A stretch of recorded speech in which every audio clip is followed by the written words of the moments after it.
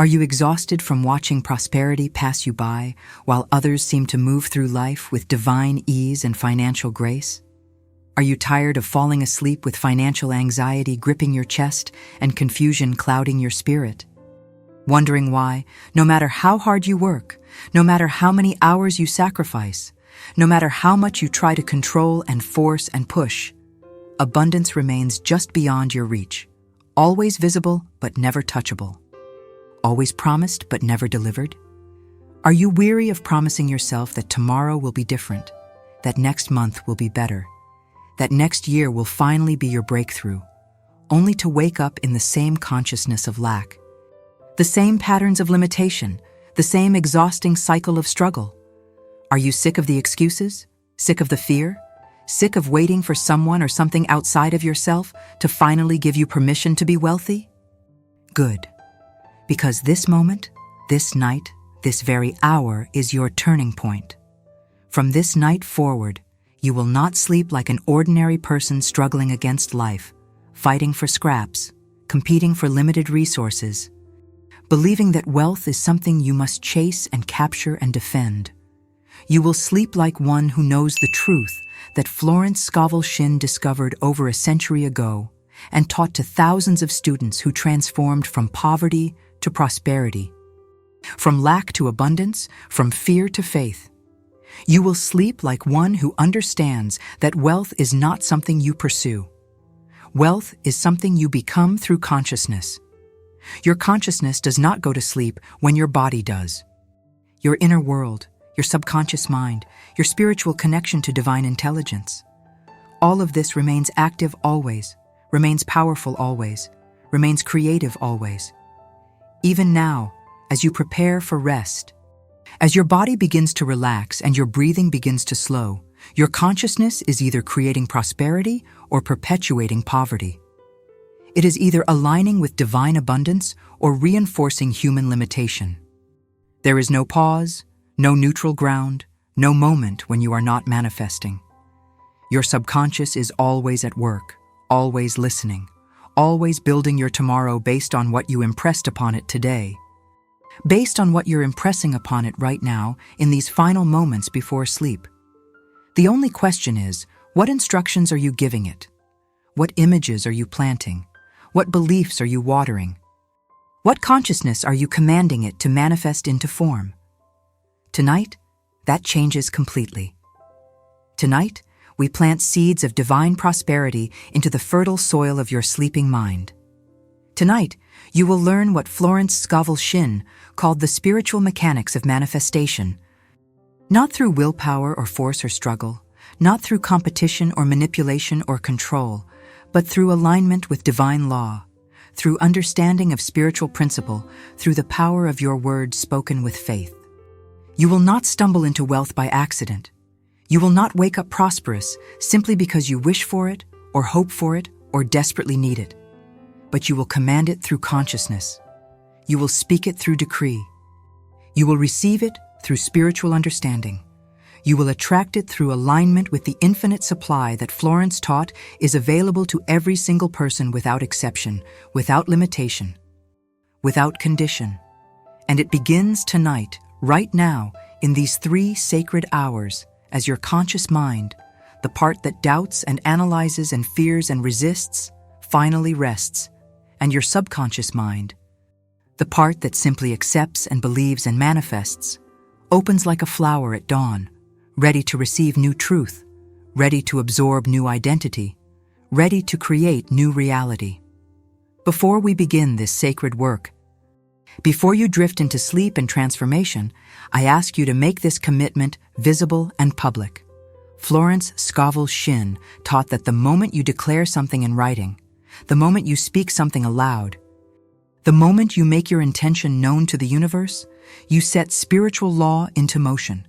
Your word becomes your wand. Your declaration becomes your destiny. Pause this video right now if you're still awake and do 3 specific things. First, press the subscribe button and turn on all notifications. This journey requires consistency, not casual interest. You'll need to return here night after night for 21 consecutive nights. That's not arbitrary. 21 days is the minimum time required for new consciousness to become permanent, for new neural pathways to solidify, for new identity to replace old identity. Subscribe now so you can find this easily every single night. Second, press the like button. This isn't about vanity or analytics. This is about spiritual physics. When you take action toward your prosperity, even something as simple as pressing a button, even something that takes only 1 second, you signal to the universe that you're ready to receive, that you're willing to participate, that you're claiming your wealth. Like this video right now. Third, and most importantly, go to the comment section right now and type these exact words.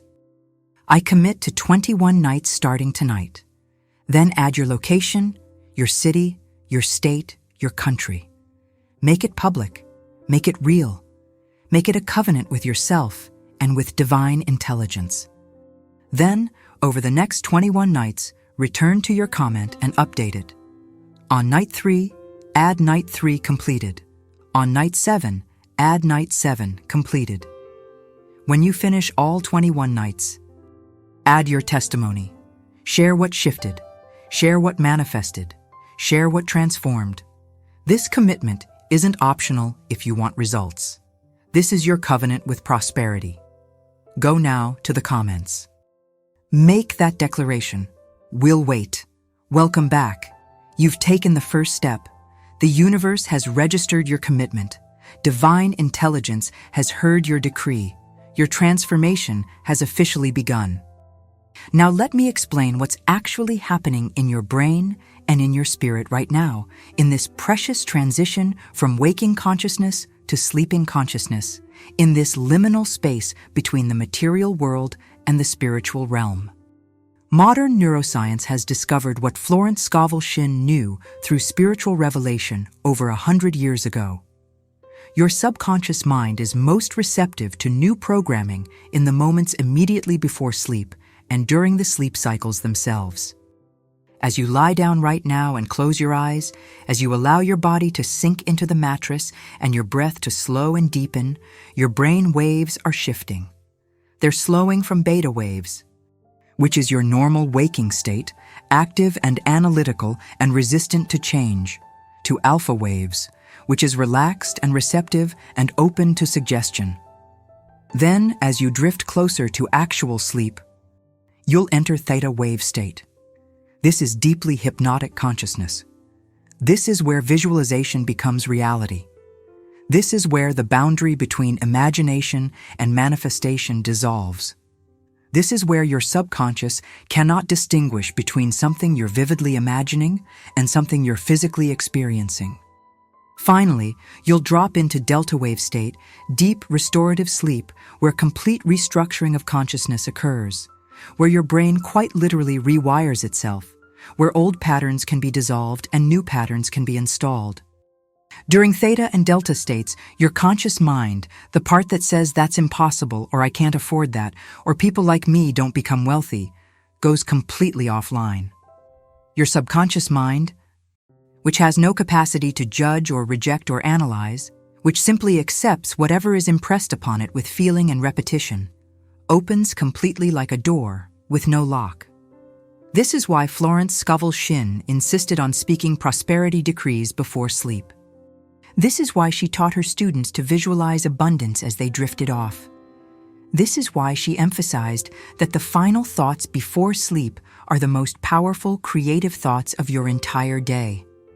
She understood that the sleeping hours are when divine substance, the invisible spiritual material from which all wealth and health and success and love are formed, can be impressed upon consciousness without any resistance whatsoever from doubt or fear or logic. Scientists today call this neuroplasticity.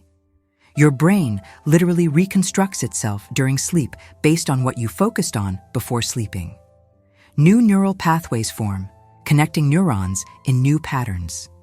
Old limiting pathways that no longer serve you weaken and eventually dissolve completely. Your very identity reconstructs at the cellular level. Florence called this the law of consciousness creating circumstances. She taught that the visible is always made out of the invisible. Your bank account, your income, your financial situation, all of it is made out of consciousness, out of your dominant thoughts and beliefs about money. Change your consciousness about wealth, and your bank account must change to match it. This is law, not theory. Tonight, for 3 full hours, you will saturate your consciousness with prosperity while your analytical mind cannot interfere, cannot argue, cannot resist. This is divine technology that's been available for thousands of years, but that most people never access because they fill their final waking moments with television or worry or social media or replaying the day's frustrations. You're different. You're here. You're ready. You're willing. And that willingness is about to transform everything. Let me tell you a story that perfectly demonstrates how this works. A story that proves the power of nightly consciousness work. A story that shows you exactly what's possible when you commit to 21 nights of reprogramming. There was a woman who came to Florence Scovel Shinn many decades ago in a state of complete financial desperation. Her name was Margaret, and she was a widow with 3 young children, ages 5, 7, and 9. Her husband had died suddenly in an industrial accident, leaving her with no life insurance because the policy had lapsed just 2 months before his death. There were no savings. There were only debts, mountains of debts that she couldn't even calculate because she was too afraid to open the letters that arrived daily from creditors. She was living in 2 cramped rooms that a distant relative had grudgingly allowed her to occupy. And that relative made it clear every single day through looks and sighs and cutting remarks that Margaret was a burden, that she was taking advantage, that she needed to figure something out soon because charity has its limits. Margaret had no job skills. She'd been a homemaker her entire adult life, which was common and expected in that era. She was 42 years old, which in the 1920s meant she was considered too old to start over. Too old to learn new things, too old to be hired for any position that paid a living wage. She had no family wealth, no connections, no education beyond basic literacy and arithmetic. When she first met Florence at a lecture that a friend had practically dragged her to, Margaret could barely speak without crying. Her hands shook. Her voice cracked. She said, "I don't understand why God has forsaken me. I've been a good person my entire life. I've been faithful. I've prayed every single day, multiple times a day. But nothing changes. Everything gets worse. We're going to end up on the street. My children are going to starve. I can't see any way out." Florence listened patiently with that calm, knowing presence that so many of her students described. She let Margaret cry. She let her speak all of her fear. And then, when Margaret finally fell silent, exhausted from her own desperation, Florence said something that stopped her completely. "My dear, God has not forsaken you, but you have forsaken God's law. You've been praying from consciousness of lack, and lack is what you're manifesting. Your prayers are filled with fear, and fear is what returns to you. You're speaking poverty with every word, and poverty is what you're commanding into form." Margaret was confused. She said, "But I'm praying for prosperity. I'm begging God to help me. I'm asking for money every single day. How is that speaking poverty?" Florence smiled gently and explained, "Begging is the language of lack. Asking is the consciousness of not having. Commanding is the language of prosperity. Claiming is the consciousness of already possessing. You must stop praying as a beggar, hoping for scraps, and start decreeing as a daughter of the divine, claiming your inheritance. You must stop asking God to give you what you need and start thanking God for what is already yours in the spiritual realm, waiting only for your consciousness to claim it and bring it into material form."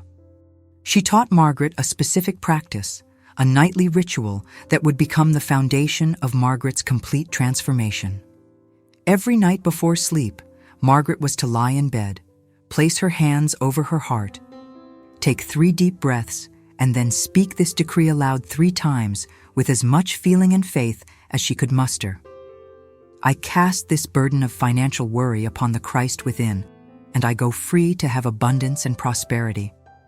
My children and I are divinely and abundantly supplied. Infinite intelligence is now manifesting perfect wealth in my life. I give thanks that this is already so. Florence explained further. You'll feel like you're lying at first. That feeling is perfect. You're not lying. You're declaring spiritual truth that hasn't yet manifested in the material realm. But by decreeing it nightly before sleep, by speaking it with emotion and repetition, you're impressing it upon your subconscious mind. And your subconscious mind, which controls 90% of your behavior and all of your manifestation, will begin to create whatever you impress upon it with feeling and faith.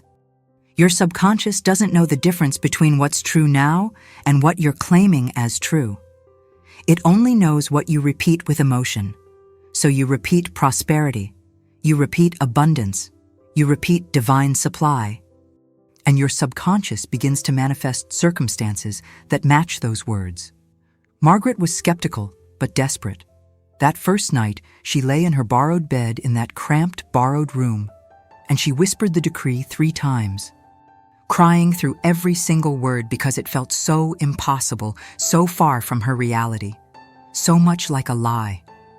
But she did it again the second night, and the third night, and the fourth. By the 7th night, something subtle shifted. She noticed she wasn't crying anymore when she said the decree. The words still felt strange, still felt untrue, but they no longer felt painful.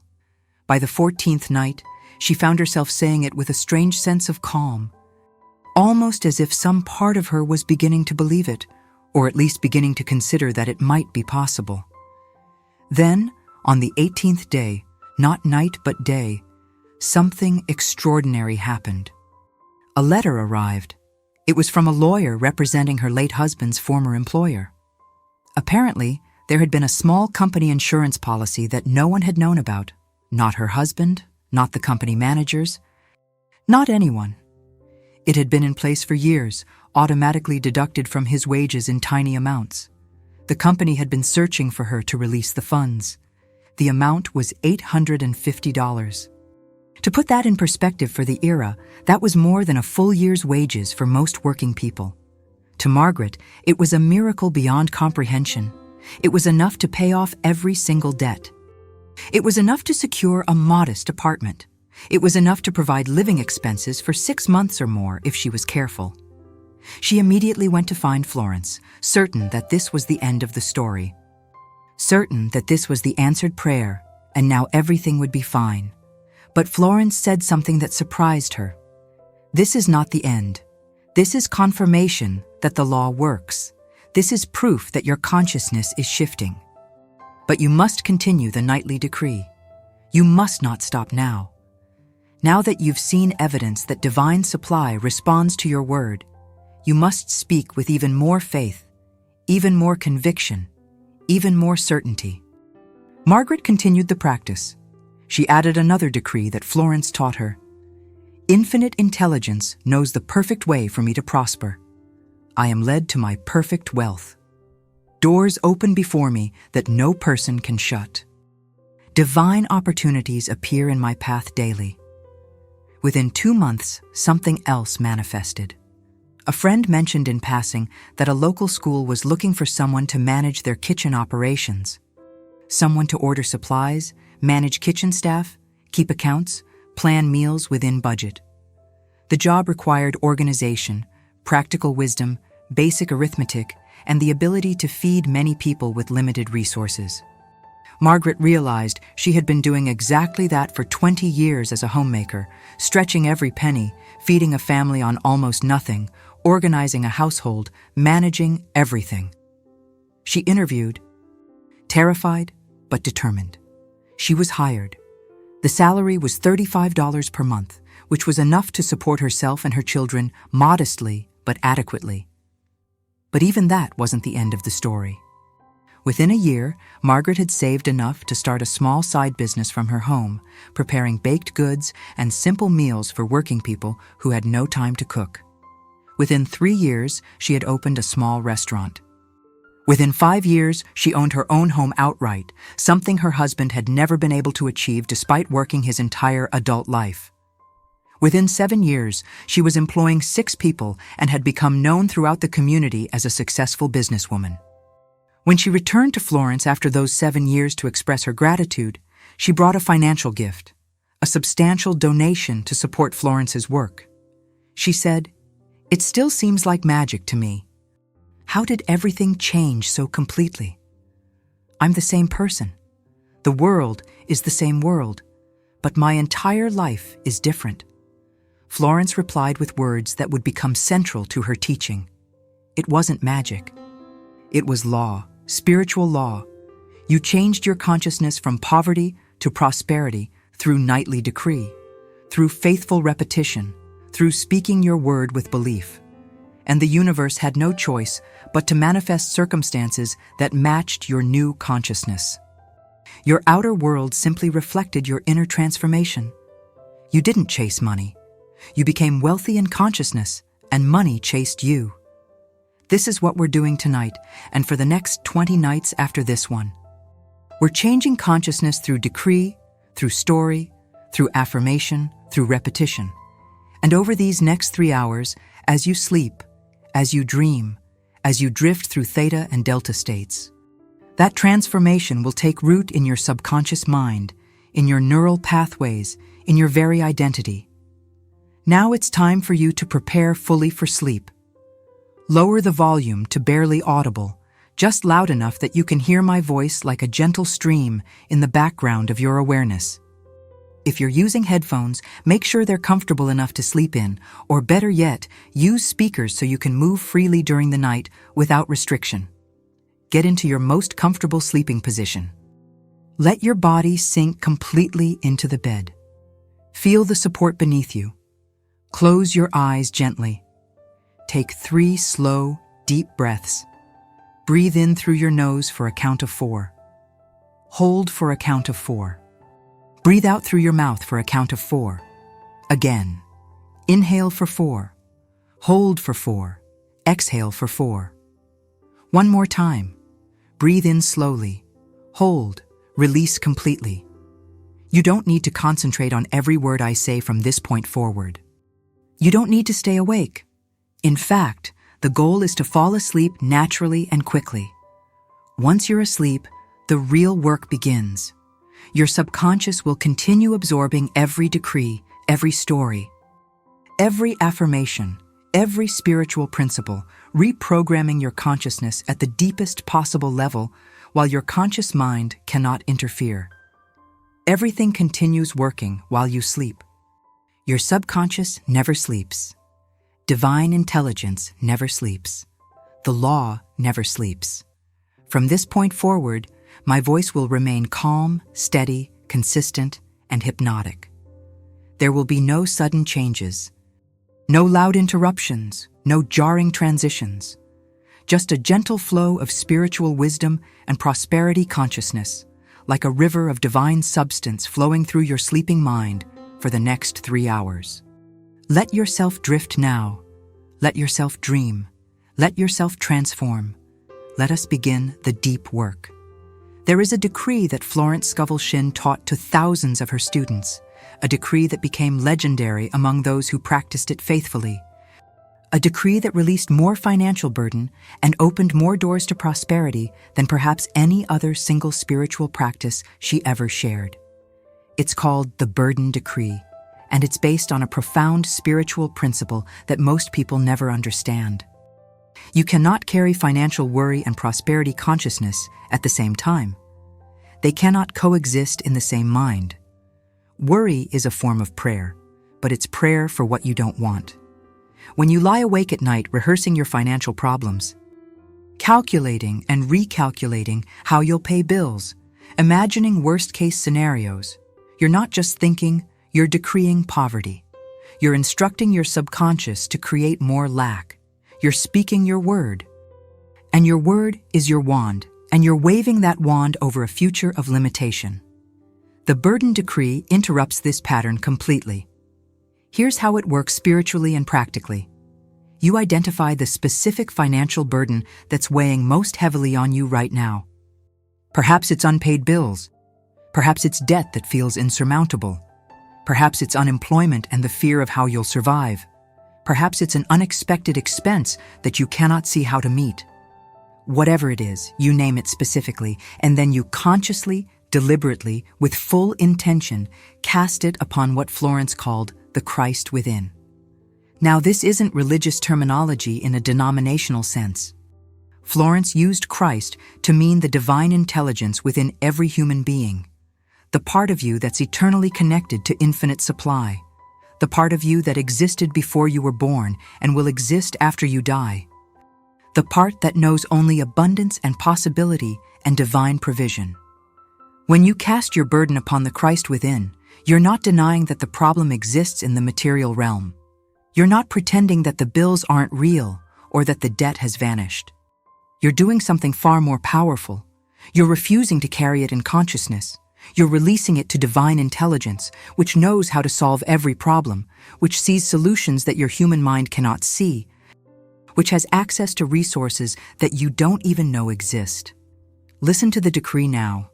Let these words wash over you like warm water. You don't need to memorize them tonight. They'll be repeated multiple times over these 3 hours. They'll sink into your subconscious through repetition. Just let them enter your awareness now. I cast this burden of financial worry upon the Christ within, and I go free to have abundance and prosperity. I cast this burden of unpaid bills upon the divine within, and I go free to have my needs met instantly and effortlessly. I cast this burden of debt upon infinite intelligence, and I go free to have perfect financial freedom. I cast this burden of fear about the future upon God, and I go free to have divine supply flowing to me now. Notice the structure of each line. First, you cast the specific burden. You name it. You acknowledge it. You release it. Then, in the same breath, you claim the freedom and the prosperity that exists on the other side of that burden. This is crucial. You're not just releasing the negative, you're claiming the positive simultaneously. Florence taught that nature abhors a vacuum. If you simply try to remove worry without replacing it with faith, the worry will return because you've left empty space. But when you cast the burden and immediately claim prosperity in the same decree, you're filling that space with divine substance. You're not leaving room for the worry to return. Before you drift into deeper sleep tonight, if you're still awake in this moment, whisper this decree softly. If you've already fallen asleep, your subconscious is hearing it now and absorbing it and will repeat it in the background of your dreams, in the theta state where miracles of manifestation occur. You're free from financial burden. You're free to prosper. You're free to receive. You're free. You're free. You're free. Now we begin to install prosperity identity through affirmation. These affirmations are spoken in first person, present tense. They're not wishes. They're not hopes. They're not goals for the future. They're declarations of spiritual truth existing right now in this moment. As you hear them, even as you sleep, your subconscious absorbs them as fact, as reality, as the truth of who you are. Let these words float through your awareness like leaves on a gentle stream, effortless, natural, true. I am wealthy. Money flows to me easily and naturally from multiple sources. I am divinely provided for every single day. Abundance is my birthright as a child of the infinite. Prosperity comes to me from expected sources and from sources I never imagined possible. I attract wealth automatically because I am aligned with divine supply at the level of consciousness. I am financially blessed beyond all measure and beyond all human understanding. Money loves me. I love money. We flow together in perfect harmony without resistance or guilt. I am worthy of wealth simply because I exist. I deserve abundance not because of what I do, but because of who I am. I accept prosperity easily and gratefully without questioning whether I've earned it or whether I deserve it. I spend money wisely and joyfully, knowing that infinite supply replenishes whatever I spend. I save money naturally and consistently, watching my reserves grow month after month. I invest money intelligently and profitably, making decisions from wisdom rather than fear. I give money generously and freely, knowing that giving creates circulation, and circulation creates increase. I receive money constantly and abundantly from all directions, from sources known and unknown. My consciousness creates my circumstances, and my consciousness is one of total prosperity, absolute abundance, complete financial freedom. The universe is lavish, extravagant, abundant, generous, unlimited. I am made in the image and likeness of the universe. Therefore, I am lavish, extravagant, abundant, generous, unlimited. I think wealthy thoughts moment by moment. I feel wealthy feelings in my body. I take wealthy actions in my daily life. Wealth is my identity, not my goal. I am not becoming wealthy. I am already wealthy in consciousness. Therefore, I am wealthy in form. The invisible has become visible. Let me explain what's happening in your mind right now, what's occurring at the level of your subconscious as you drift between waking and sleeping, as you move through these various brainwave states. Your subconscious mind controls approximately 90% of your behavior, your decisions, your reactions, your beliefs, your actions. It was programmed primarily during the first 7 years of your life, before your conscious mind had developed the ability to filter or question information. It has been running on autopilot ever since, creating your reality automatically based on those early childhood impressions and the repetitive thoughts you've had throughout your life. If you grew up hearing phrases like, money doesn't grow on trees, or we can't afford that, or rich people are greedy, or you have to work hard for money, or there's never enough, those statements became subconscious programs. They installed themselves like software running in the background of your mind. They filter every opportunity, every idea, every possibility through a lens of limitation and scarcity. Your conscious mind, the thinking and analyzing part that you identify as you, cannot override the subconscious through logic or willpower alone. You cannot think your way into wealth if your subconscious is programmed for poverty. This is why positive thinking by itself doesn't work. This is why affirmations spoken once or twice feel empty and produce no results. This is why vision boards gather dust in closets while life remains unchanged. But there's a way in. There's a door that opens. The subconscious can be reprogrammed through repetition combined with emotion, especially during the hypnagogic state, that twilight zone between waking and sleeping, which you're likely moving through right now if you haven't already drifted into sleep. In this state, your conscious mind's defenses are down. It's not arguing anymore. It's not analyzing or questioning or resisting. Your subconscious is open, receptive, absorbent, like wet cement ready to receive new impressions, like fresh soil ready to receive new seeds. Every affirmation you're hearing tonight is a new instruction to your subconscious. Every story is a new possibility it's considering as real. Every decree is a new command it's preparing to execute in your waking life. Over these 3 hours, as you cycle through different stages of sleep, as you move from light sleep to deep sleep to REM sleep and back again multiple times, your brain will process and consolidate everything you've heard. New neural pathways will form, physically form, connecting the concept of me with the concept of wealthy. Old pathways that connected me with struggling will weaken with each passing hour. This is neuroplasticity in action. Your brain is physically restructuring itself right now in this moment based on the content of this audio, based on the consciousness you're absorbing.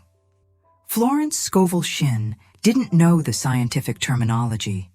She lived decades before neuroscience discovered these principles, but she understood the spiritual mechanics perfectly. She taught that the subconscious has no reasoning power, no ability to judge or reject.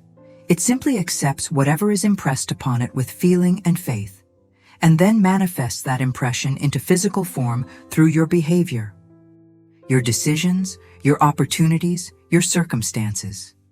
Tonight, you're impressing prosperity at the deepest level possible. Tomorrow, you'll begin to manifest it, not through effort, not through force, but through alignment, through new consciousness expressing itself naturally.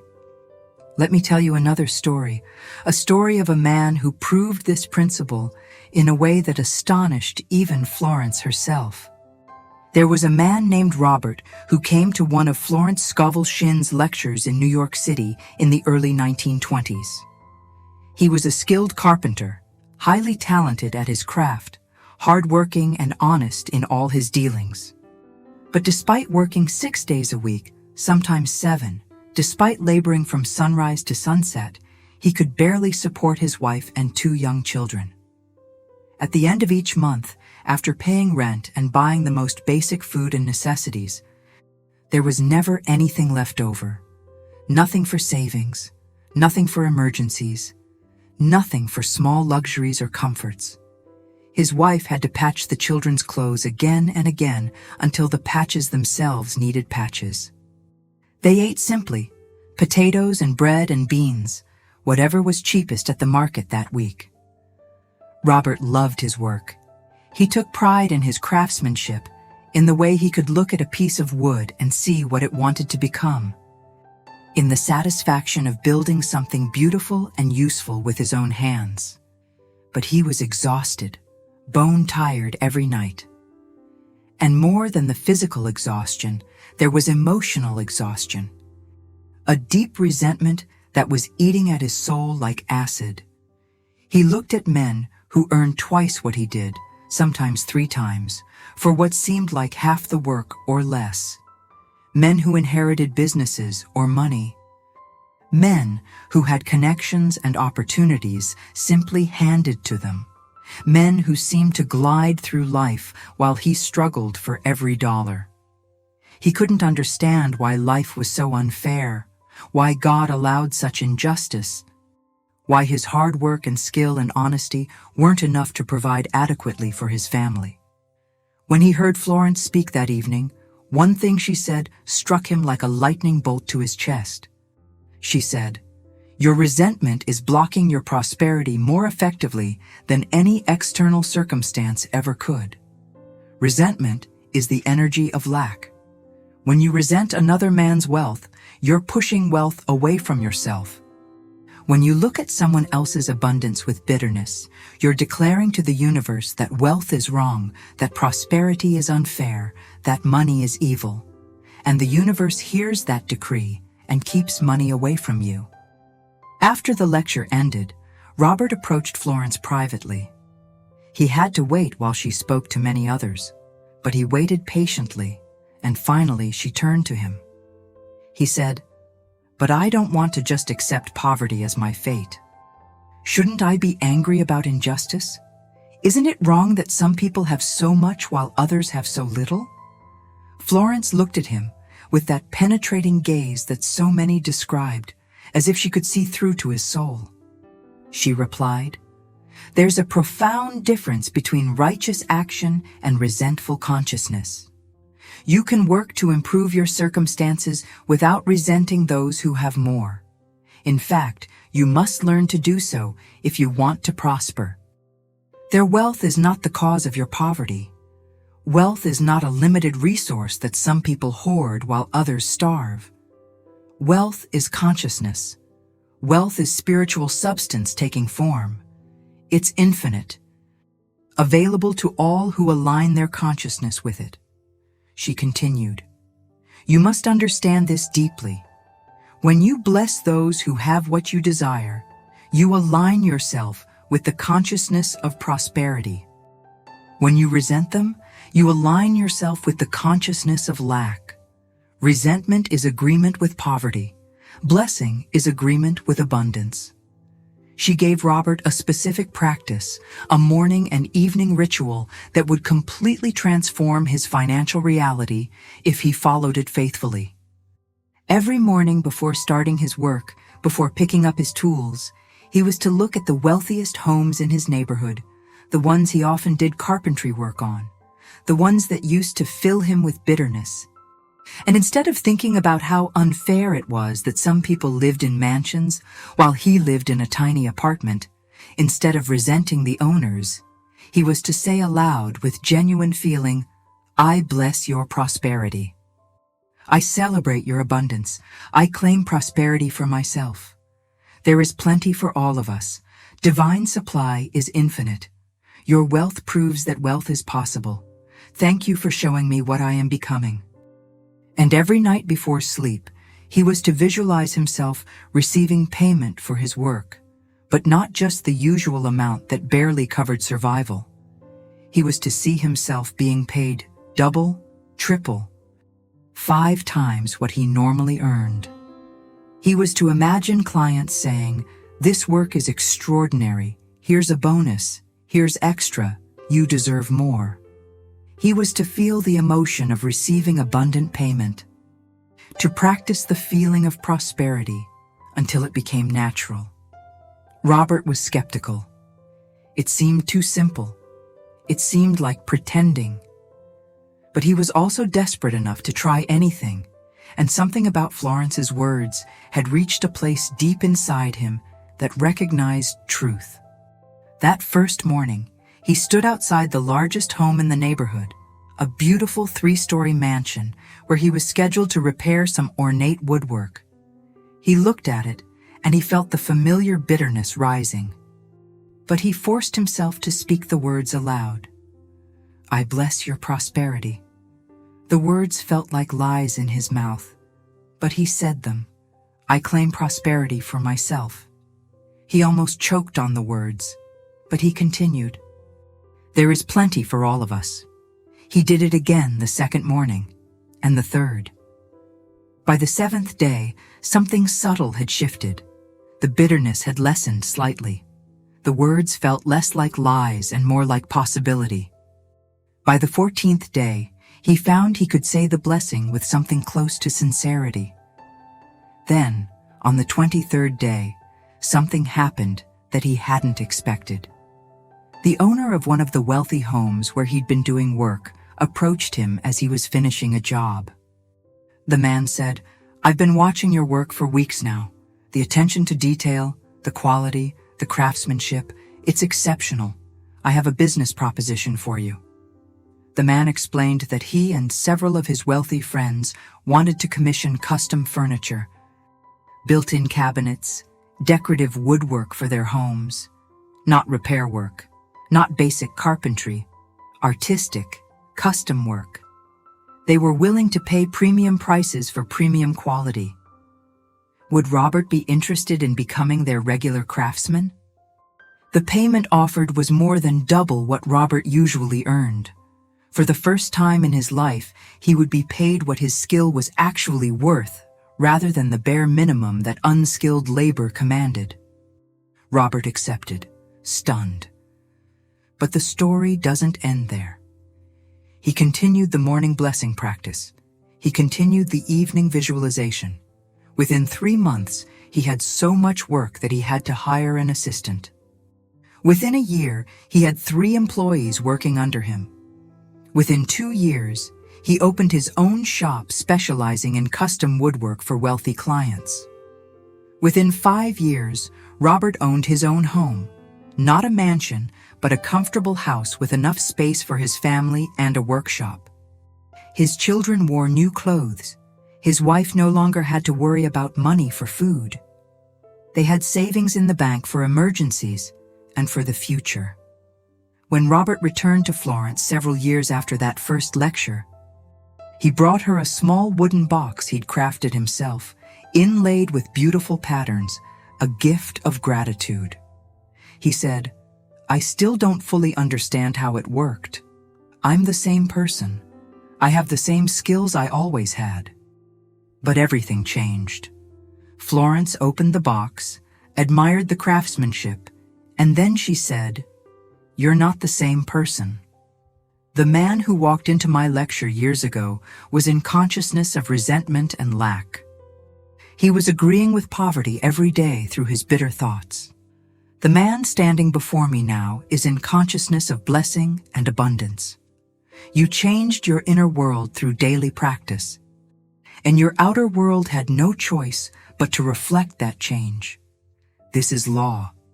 This is how it always works. Consciousness always externalizes as circumstances. Robert asked, "So it really was just about my thoughts?" "My attitude?" Florence replied. "It's not just thoughts, it's consciousness. Consciousness is deeper than thoughts. It's the sum total of your beliefs, your feelings, your habitual mental patterns, your spiritual alignment. You shifted from poverty consciousness to prosperity consciousness through daily practice, and prosperity consciousness manifests as prosperity in form, always, without exception. This is divine law. You are doing the same work right now as Robert did. You are shifting consciousness through nightly practice. And over these 21 nights, that shift will become permanent. It will become your new normal. It will become who you are. I am the type of person who blesses others' prosperity. I am the type of person who claims abundance as my birthright. I am the type of person who sees wealth as infinite and available. I am the type of person who practices prosperity consciousness daily. I am the type of person who transforms from within. Let these statements settle into your mind like stones settling into still water, creating ripples that spread outward, transforming everything they touch. Money comes to me now, not someday in the distant future, not eventually when conditions are perfect. Now, today, this week. Money comes to me now. Abundance manifests for me in this present moment. Not eventually, not hopefully, not possibly, definitely, certainly, inevitably. Abundance manifests now. Prosperity appears in my life this very week. The breakthrough is not future. The breakthrough is present. The miracle is not coming. The miracle is here. My financial transformation is happening right now as I rest, as I sleep, as I receive this programming. As divine intelligence rewires my consciousness, as infinite supply aligns with my new identity. I release all resistance to wealth. I release all fear of money. I release all guilt about abundance. I release all shame about prosperity. I forgive myself for every past financial mistake. I forgive myself for every poor decision. I forgive myself for every missed opportunity. I forgive myself completely. I forgive others who harmed me financially. I forgive those who took from me. I forgive those who refused to give to me. I forgive those who blocked my prosperity. I release them all. I am free. I am free from all negative money programming. I am free from all poverty consciousness. I am free from all lack mentality.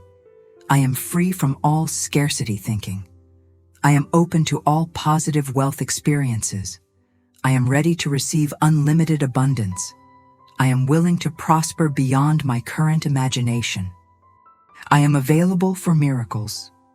There is a spiritual law that Florence Scovel Shinn taught that remains one of the most misunderstood and yet most powerful principles of manifestation. She called it the law of substitution. It's based on a simple but profound truth. You cannot remove a thought through resistance. You can only replace it.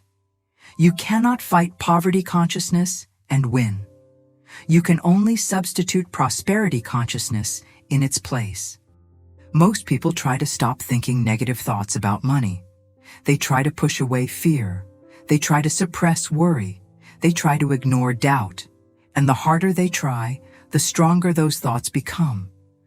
Because resistance gives energy to whatever you're resisting. What you fight, you feed. What you struggle against, you strengthen. Florence taught a different way. When a thought of lack appears in your mind, you don't fight it. You don't resist it. You don't say, "I shouldn't think this way," or "this thought is bad." Instead, you immediately, instantly, without pause, substitute a thought of abundance. If the thought arises, "I can't afford this," you immediately substitute, "Infinite supply provides everything I need." If the thought arises, "I'll never get out of debt," you immediately substitute, "I am debt-free and financially abundant." If the thought arises, "Money is so hard to get," you immediately substitute, "Money flows to me easily from multiple sources." The key is speed and consistency. The moment you notice a limiting thought, you replace it. You don't analyze it. You don't argue with it. You don't try to figure out why you thought it or where it came from. You simply substitute a prosperous thought in its place. Do this enough times, and something miraculous happens. The old thought patterns weaken. The neural pathways that carried poverty consciousness begin to atrophy from lack of use, and the new thought patterns strengthen. The neural pathways carrying prosperity consciousness become highways, becoming the default, becoming automatic. This is happening right now as you sleep. Every affirmation you hear is substituting itself for an old limiting belief. Every story of transformation is substituting itself for an old story of struggle. Every decree of abundance is substituting itself for an old pattern of lack. You don't have to do anything consciously. Your subconscious is doing this work automatically as you rest. Old programs are being overwritten. New programs are being installed. This is the miracle of sleep programming combined with spiritual law. I substitute prosperity for poverty in my consciousness right now. I substitute abundance for lack in my thinking right now. I substitute faith for fear in my emotions right now. I substitute knowing for doubting in my spirit right now. Every old thought is replaced. Every limiting belief is dissolved. Every fear-based pattern is transformed. I am becoming new in consciousness while my body rests in sleep.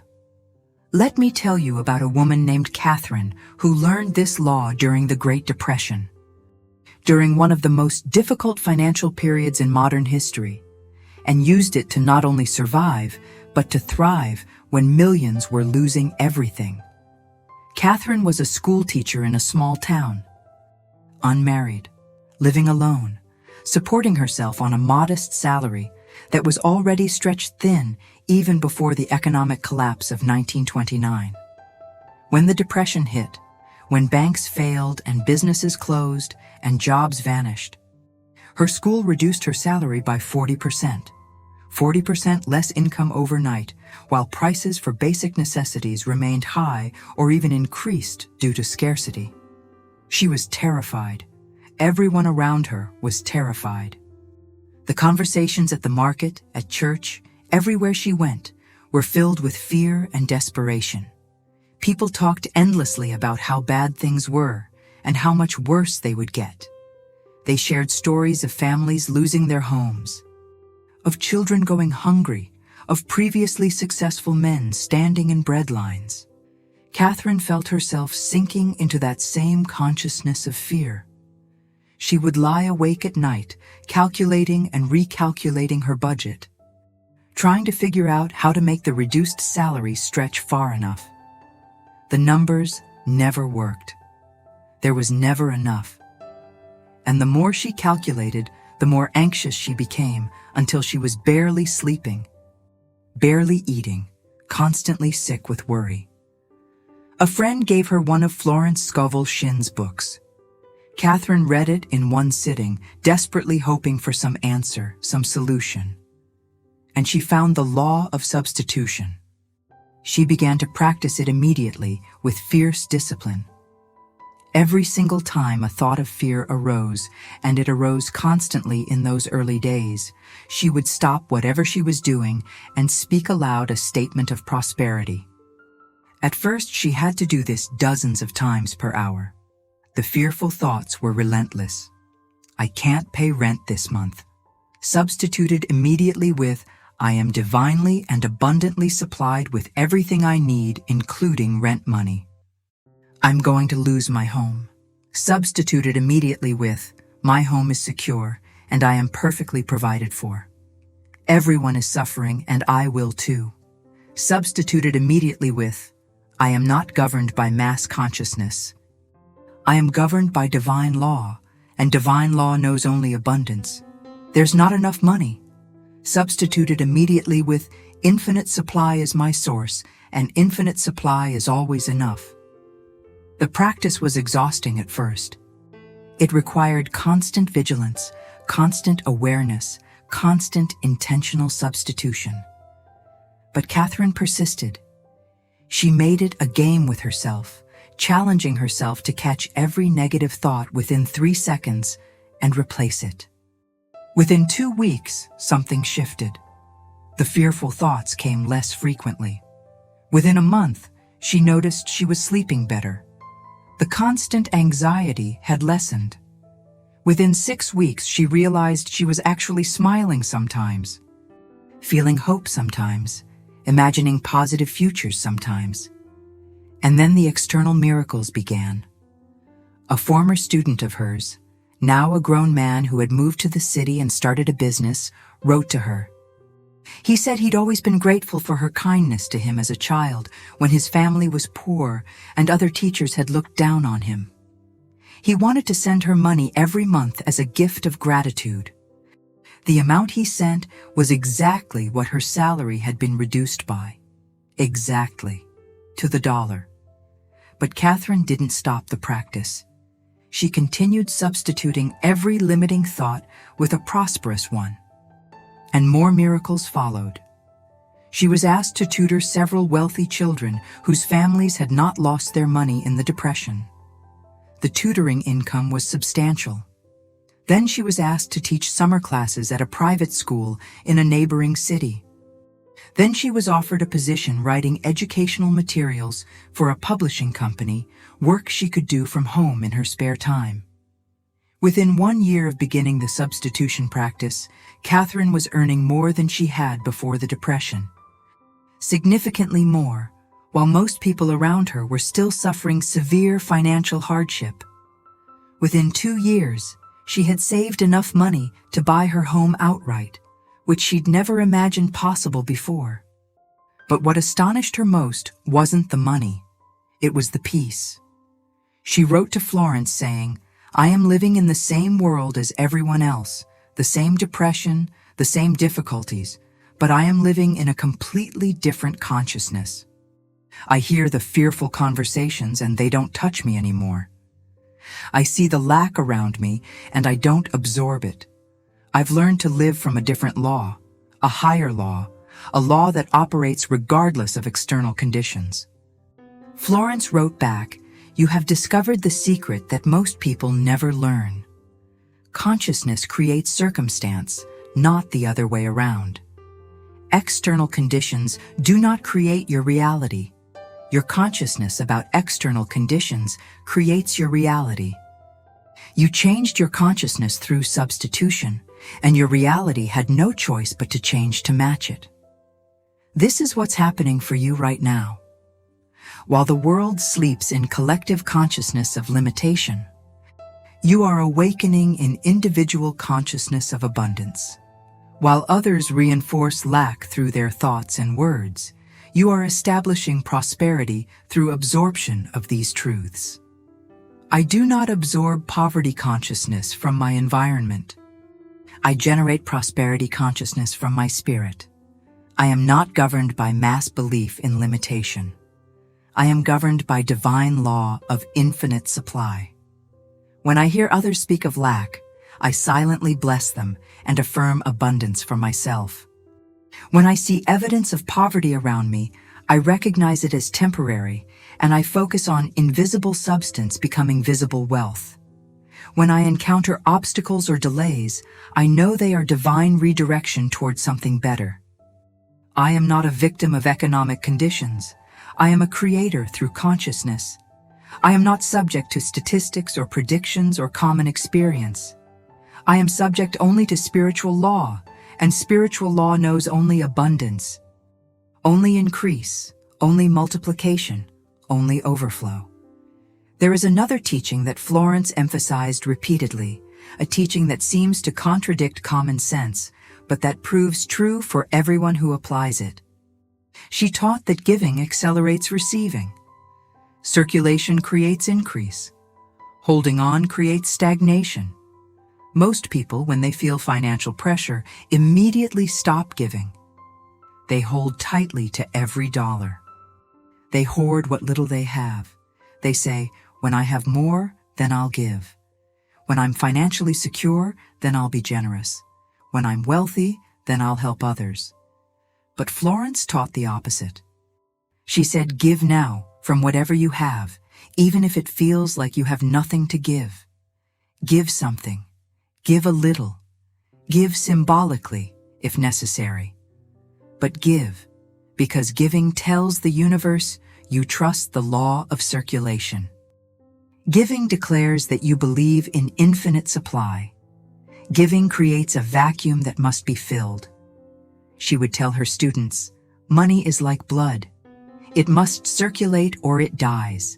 If blood stops flowing in your body, you die. If money stops flowing through your life, your prosperity dies.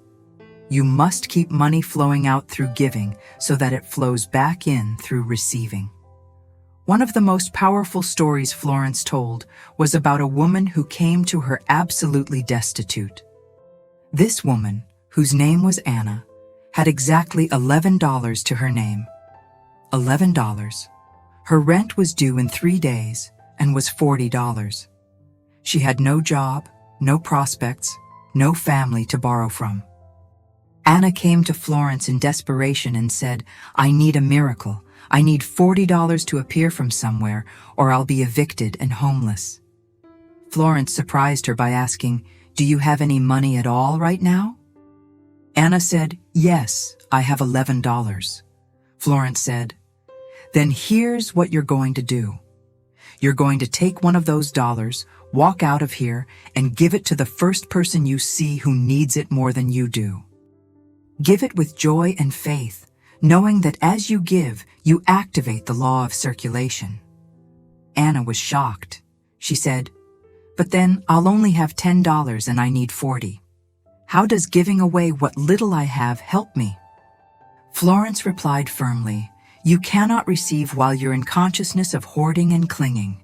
Giving $1 creates an opening. It tells the universe you trust divine supply. It starts the flow. You must circulate money before money can circulate to you. Anna was terrified, but she trusted Florence enough to obey. She walked outside and saw an elderly man sitting on the sidewalk, clearly homeless, clearly hungry. She gave him $1 and said, God bless you. The man wept and thanked her. Anna felt something shift inside her in that moment. The fear loosened slightly. A strange peace came over her. She went home and practiced the burden decree that Florence had taught her. She visualized having the $40 for rent. She thanked God for providing it even though she couldn't see how it would come. The next morning, 2 days before rent was due, there was a knock at her door. It was a neighbor she barely knew, an elderly woman from down the hall. The woman said, I had the strangest dream last night. I dreamed very clearly that I was supposed to give you this. She handed Anna an envelope. Inside was $50 cash. Anna was speechless. She tried to refuse, saying she couldn't accept it, but the woman insisted. She said, I never remember my dreams, but this one was so vivid, so clear. I woke up knowing I had to do this. Please take it. It's important somehow. Anna took it with trembling hands and tears streaming down her face. She paid her rent with $40 and had $21 remaining, more than she'd started with even after giving the dollar away. But the story goes further. Within that same week, Anna was offered a job. Within a month, she was financially stable. Within a year, she had savings, and she never forgot the lesson.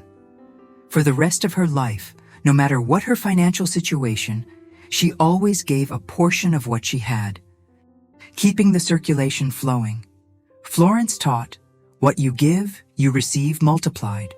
What you hoard, you lose eventually. This is spiritual physics. This is divine mathematics. 1 given with faith becomes 10 received with grace. You don't have to give money right now as you sleep. But let this principle sink into your consciousness. Let it become part of your new identity. Let it replace old consciousness of hoarding with new consciousness of circulation.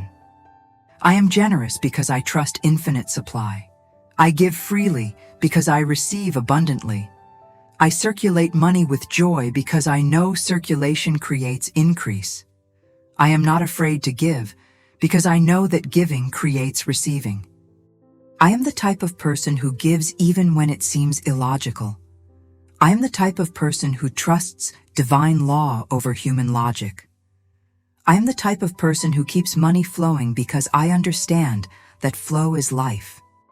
Let me share with you now one of Florence's most profound teachings, one that completely transforms how you relate to money and wealth. She taught that there is a divine substance that fills all space, that permeates everything. That is the material from which all things are formed.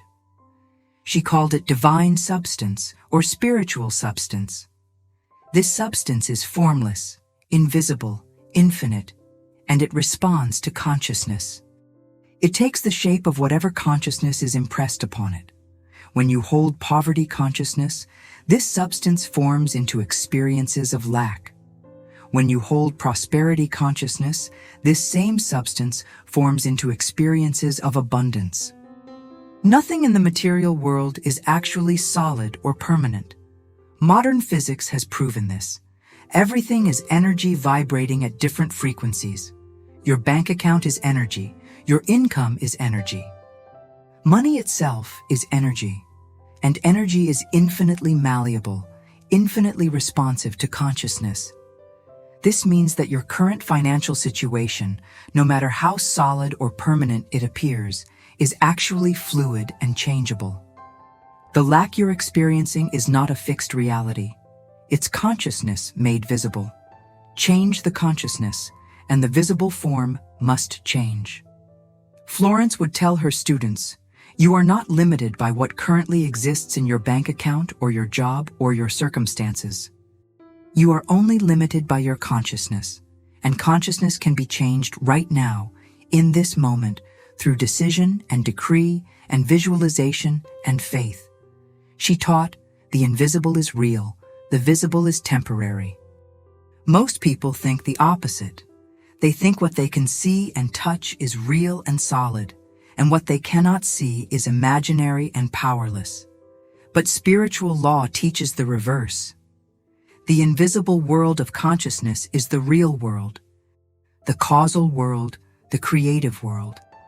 The visible world of form is simply the effect, the result, the manifestation of invisible consciousness.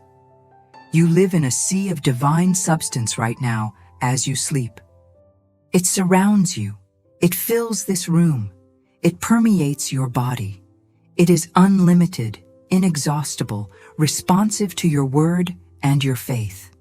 Right now, in this moment, you can impress prosperity upon this substance through the affirmations and decrees you're absorbing. And that substance will begin immediately to manifest as prosperity in form. I recognize divine substance all around me now. I see it filling every space. I feel it responding to my consciousness. I speak prosperity into this substance, and it forms as prosperity in my life. I am not limited by material conditions. I am only limited by my own consciousness, and I now expand my consciousness to receive unlimited wealth. Divine substance is the source of my supply.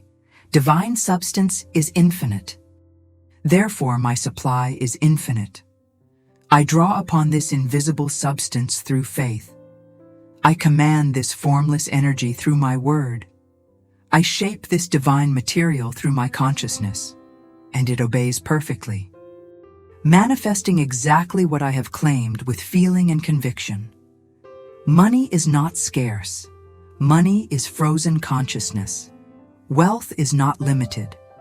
Wealth is spiritual substance taking form. Prosperity is not difficult to obtain. Prosperity is natural when consciousness aligns with divine abundance. I now align my consciousness with the infinite abundance of divine substance. I now claim my share of the inexhaustible supply. I now open myself to receive wealth in expected and unexpected ways. I am provided for divinely. I am supplied abundantly. I am prospered continuously. This is truth. This is law. This is reality. Your subconscious is absorbing these truths now at a level deeper than conscious understanding. These principles are installing themselves as your new default consciousness. Tomorrow, when you wake, you may not consciously remember everything you've heard tonight, but your subconscious will remember. Your consciousness will have shifted.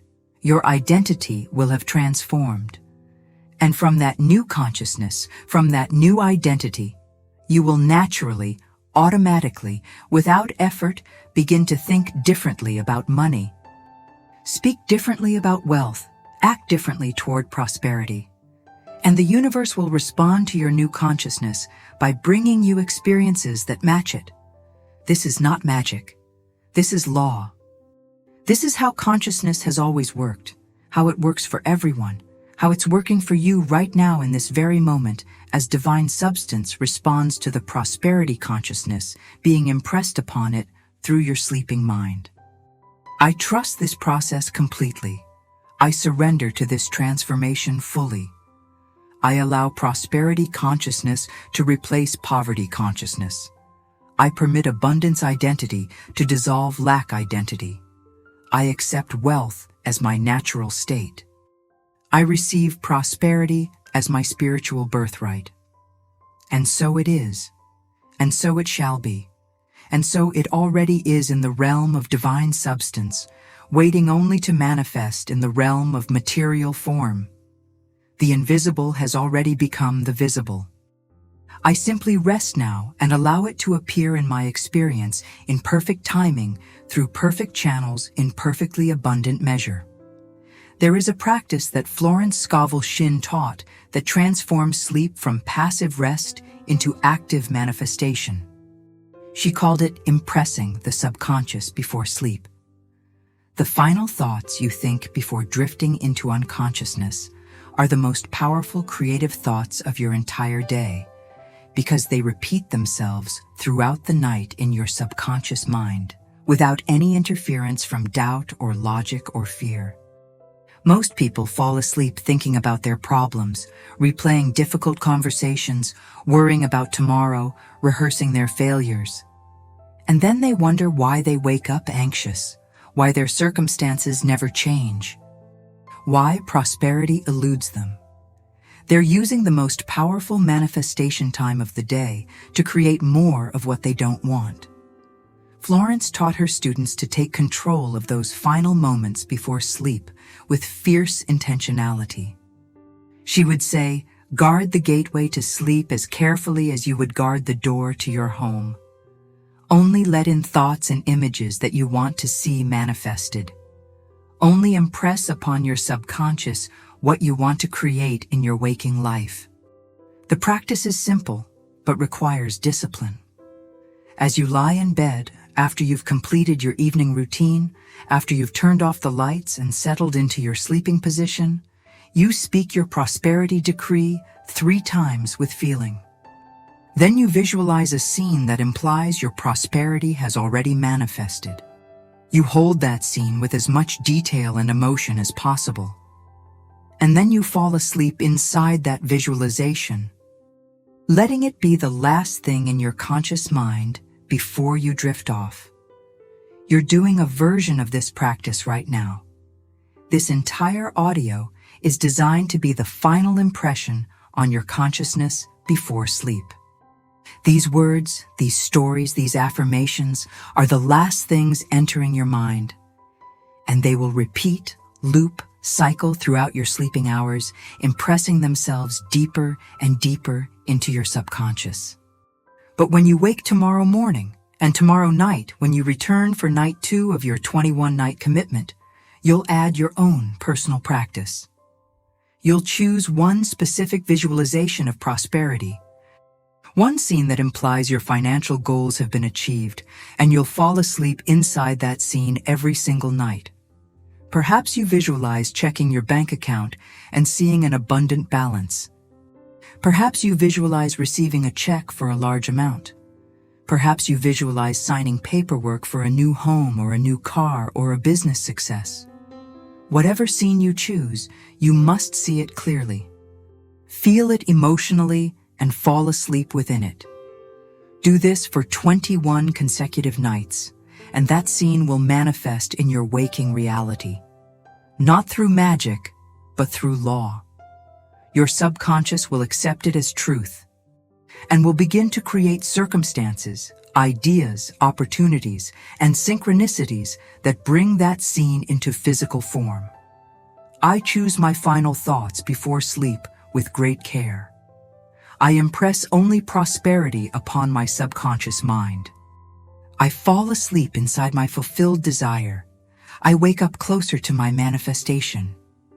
Every night I practice this, I am creating my wealthy future.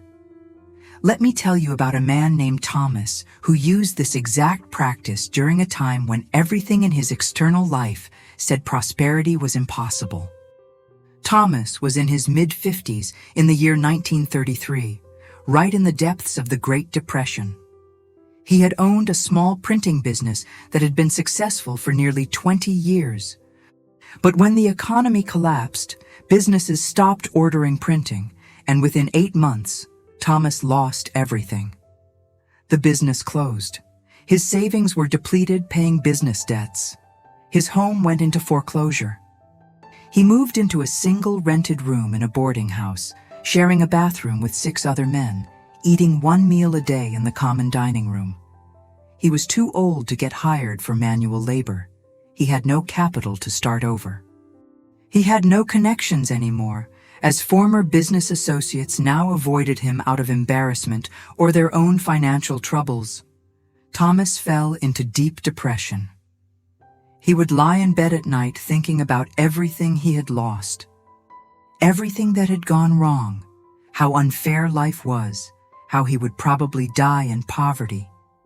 These thoughts circled in his mind for hours before he finally fell into fitful sleep. One evening, another resident of the boarding house, a younger man named James, knocked on Thomas's door and handed him a book. He said, "Someone gave this to me, but I think you need it more." It was Florence Scovel Shinn's book, The Game of Life and How to Play It. Thomas read it that night, mostly out of boredom and desperation. When he came to the section about impressing the subconscious before sleep, something clicked. He realized he had been using this powerful time to create more poverty and depression. He decided that very night to change his practice. He lay in bed and created a specific scene in his mind. He visualized himself back in a printing business, but not the same business he had lost, a better one. He saw himself in a modern shop with new equipment. He saw himself receiving payment from satisfied customers. He saw himself depositing substantial amounts in the bank. He saw himself living in a comfortable home again. The first night, the visualization was difficult. His mind kept wandering to his current miserable situation. He would see the prosperous scene, and immediately his conscious mind would argue, "That's impossible. You have nothing. You're too old. It's too late." But Thomas persisted. He would gently push aside those thoughts and return to the prosperous scene. He would hold it for a few moments, then drift into worry, then consciously return to the scene again. He fell asleep finally, exhausted from the mental effort. but he had managed to hold the prosperous visualization for at least a few minutes before sleep took him. He continued this practice every single night. Within a week, it became easier. He could hold the visualization for longer periods. The arguing voice in his head grew quieter. Within 2 weeks, he could fall asleep inside the prosperous scene almost immediately. And then, in the 3rd week, reality began to shift. He was eating breakfast in the boarding house dining room when another resident, a man he barely knew, sat down across from him and said, "I heard you used to run a printing business. Is that true?" Thomas confirmed it was true. The man said, "I have a small inheritance, not much, but I've been thinking about starting a business. I know nothing about printing, but I think there's opportunity there. Everyone says the economy is terrible, but I notice that the businesses that are still operating need printing. Maybe not as much as before, but they still need business cards, letterheads, invoices. Would you consider partnering with me? You provide the expertise, I provide the capital. We split the profits 50-50. Thomas was stunned, speechless. This was exactly what he had been visualizing. An opportunity to start a printing business again. He said yes immediately. Within a month, they had rented a small shop and bought used equipment. Within 3 months, they had enough clients to pay expenses and take modest salaries. Within a year, the business was profitable. Within 3 years, Thomas bought out his partner's share with money he had saved. Within 5 years, he owned the business outright and had expanded to a larger location with employees. When Thomas wrote to Florence years later, he said, "I still use the practice every single night, even though my circumstances are now comfortable. I visualize continued prosperity, continued growth, continued success. It has become as natural to me as breathing. I would no more fall asleep without doing my visualization than I would forget to eat." Florence wrote back, "You have learned what most people never learn. You have learned that sleep is not merely rest for the body. It is creative time for the mind. You have learned to use those hours wisely. Continue as you are doing, and prosperity will continue to expand in your life without limit. This is the practice you're beginning tonight. This audio is your first impression. Over the next 20 nights, you'll return here and let these truths sink deeper each time. And you'll add your own personal visualization practice, creating your own specific scene of prosperity. I use sleep time as creation time. I impress only wealth upon my subconscious. I visualize prosperity as I drift into sleep. I wake each morning with my consciousness more aligned with abundance. Night by night, I am becoming wealthy in consciousness. Day by day, that wealth manifests in form. Now let me teach you one of Florence's most powerful but least understood principles. She called it the law of non-resistance. She taught that resistance to current circumstances actually locks you into those circumstances. What you resist persists. What you fight against grows stronger. What you struggle with takes root. Most people, when they're in poverty or lack, resist it fiercely. They hate their financial situation. They fight against it. They struggle with it. They say, "I hate being poor. I hate this job. I hate living like this. I can't stand this anymore." And that very resistance, that very hatred and fighting, creates an energetic bond with poverty that keeps it in place. Florence taught the opposite approach. Accept where you are without judgment. Then turn your attention completely to where you're going. Don't resist your current circumstances. Don't fight them. Don't hate them.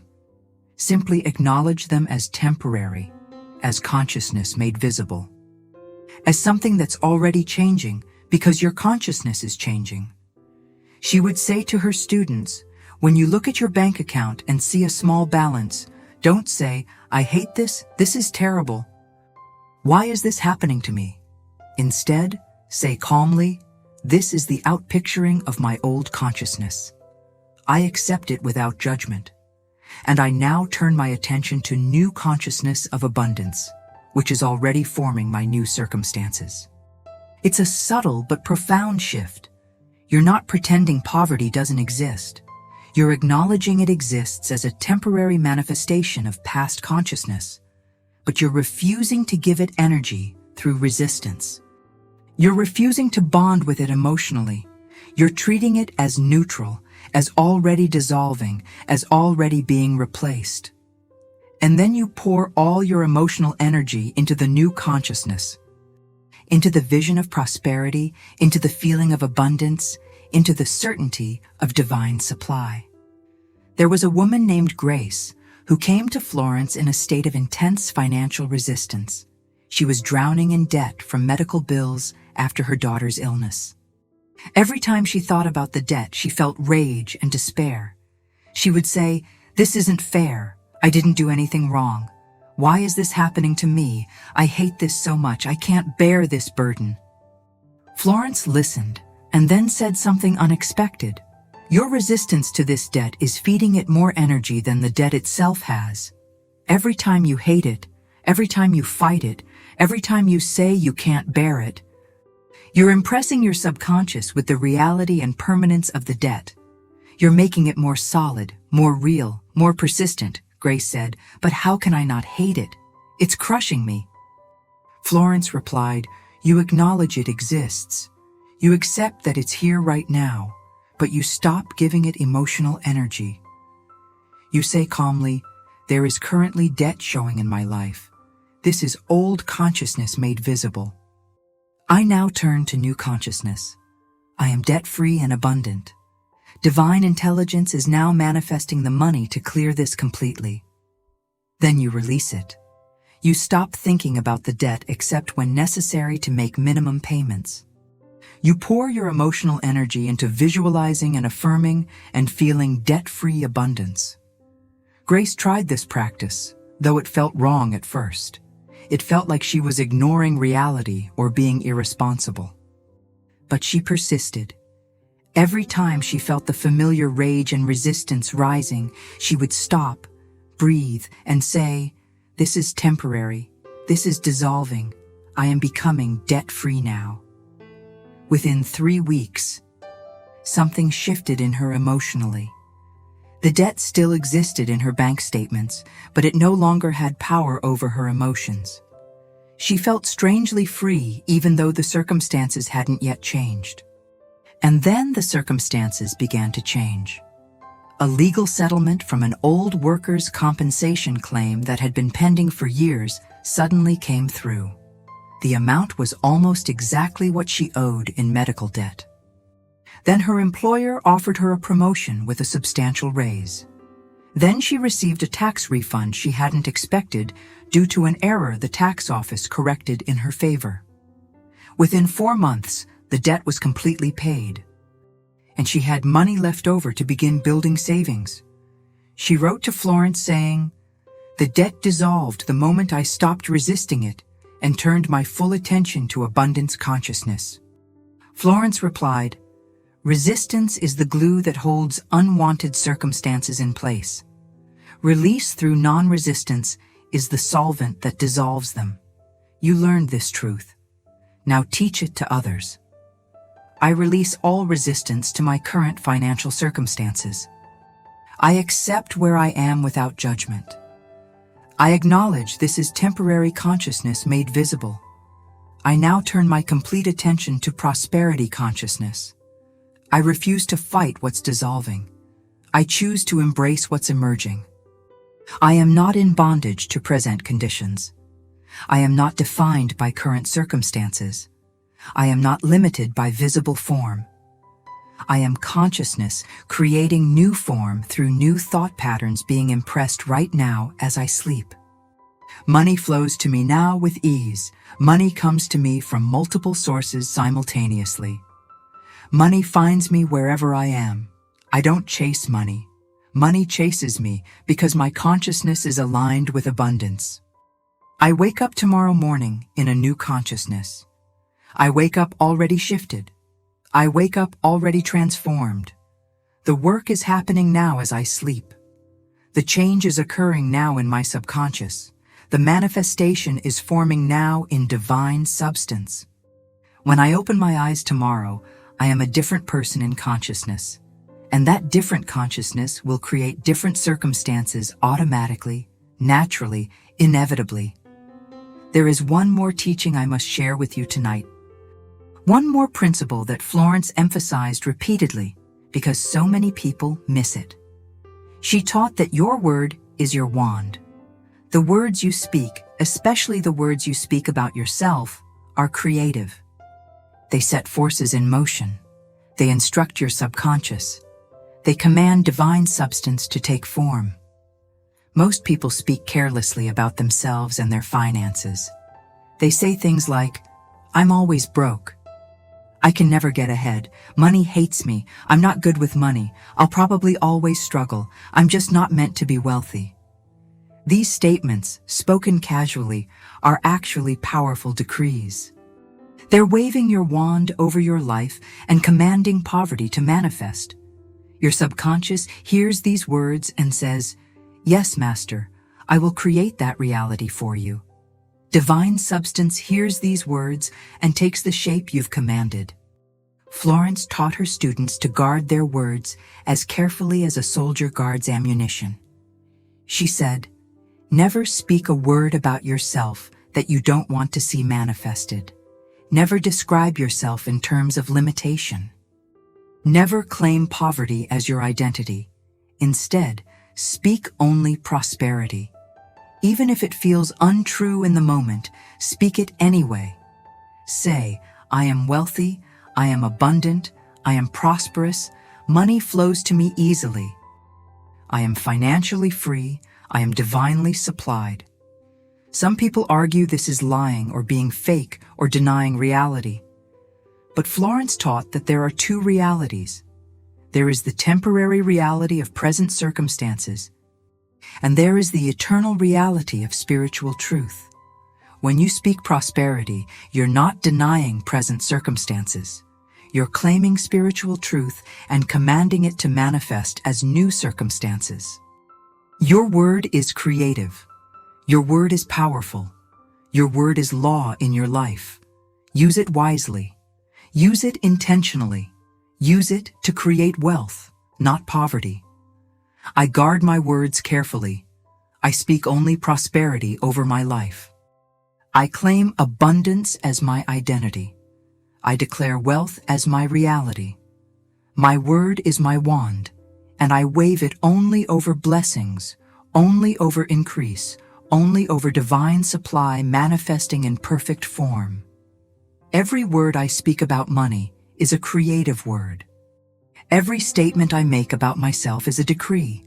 I choose my words to match my desired reality, not my current circumstances.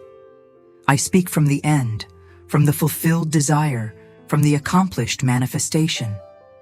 I am wealthy now. I am abundant now. I am prosperous now. Not becoming, not hoping to be, not working toward. I am. Present tense, current reality, spiritual truth claiming its physical manifestation. And so it is. My word has been spoken. My wand has been waved. Divine substance is responding. My subconscious is obeying. Manifestation is occurring right now in this moment as I rest in faith and sleep in peace. Tomorrow I wake speaking prosperity. Tomorrow I live from abundance consciousness.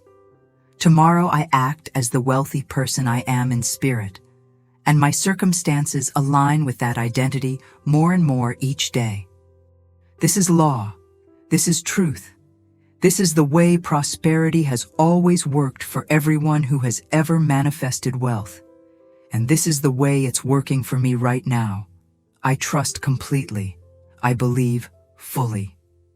I receive graciously. I am grateful endlessly. As you drift deeper into sleep now, as your conscious mind releases its hold and your subconscious opens fully, I want to share with you one of Florence Scovel Shinn's most beloved stories. A story that demonstrates the power of what she called divine timing and perfect preparation. There was a man named William who came to Florence feeling utterly defeated. He was a talented artist, a painter of considerable skill, but he had never been able to make a living from his art.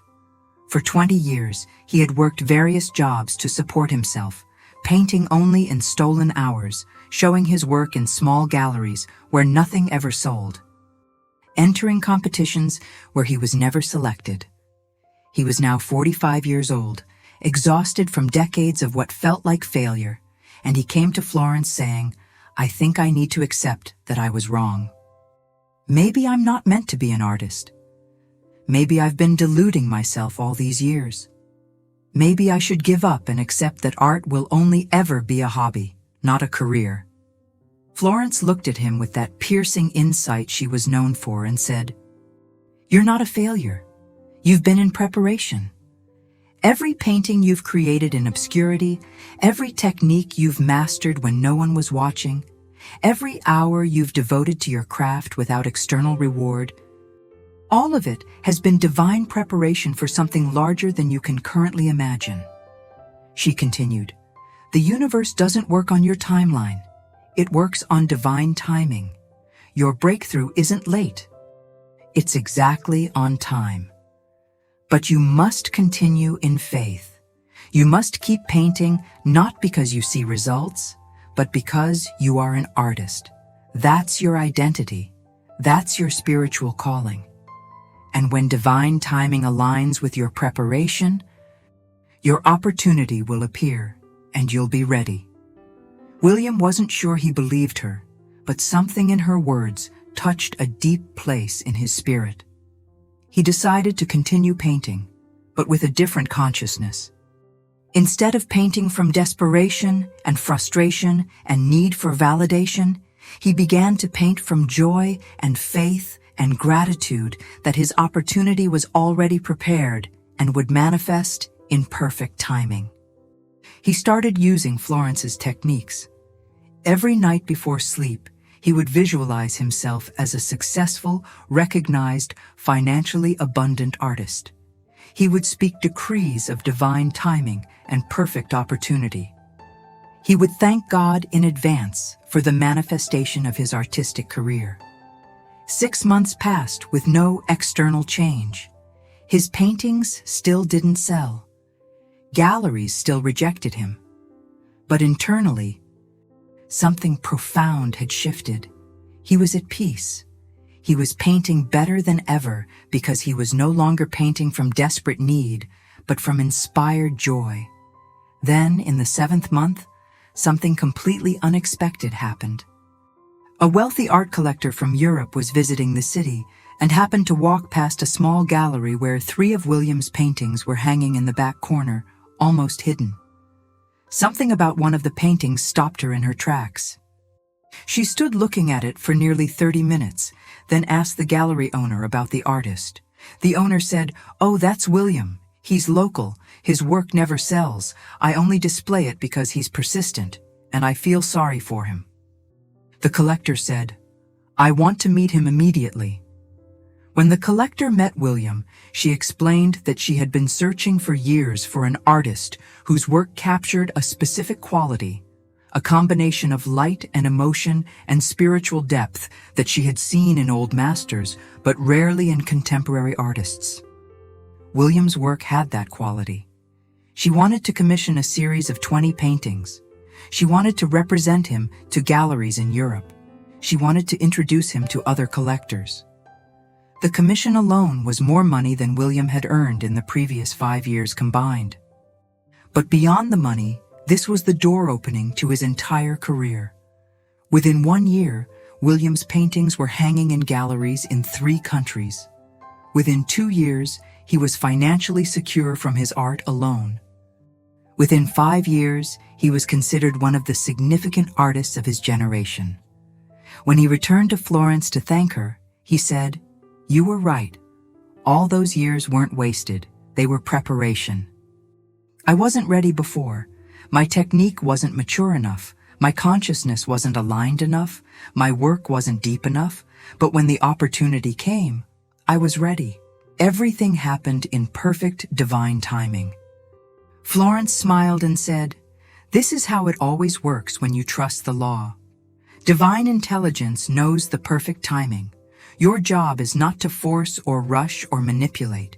Your job is to prepare in faith, to continue in trust, to hold your vision with certainty, and to let divine timing bring your manifestation at the exact perfect moment." This principle applies to your prosperity right now.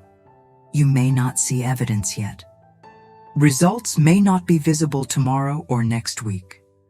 But invisible changes are happening in this moment. Preparation is occurring in divine mind. Opportunities are being arranged behind the scenes. People are being moved into position. Circumstances are being aligned.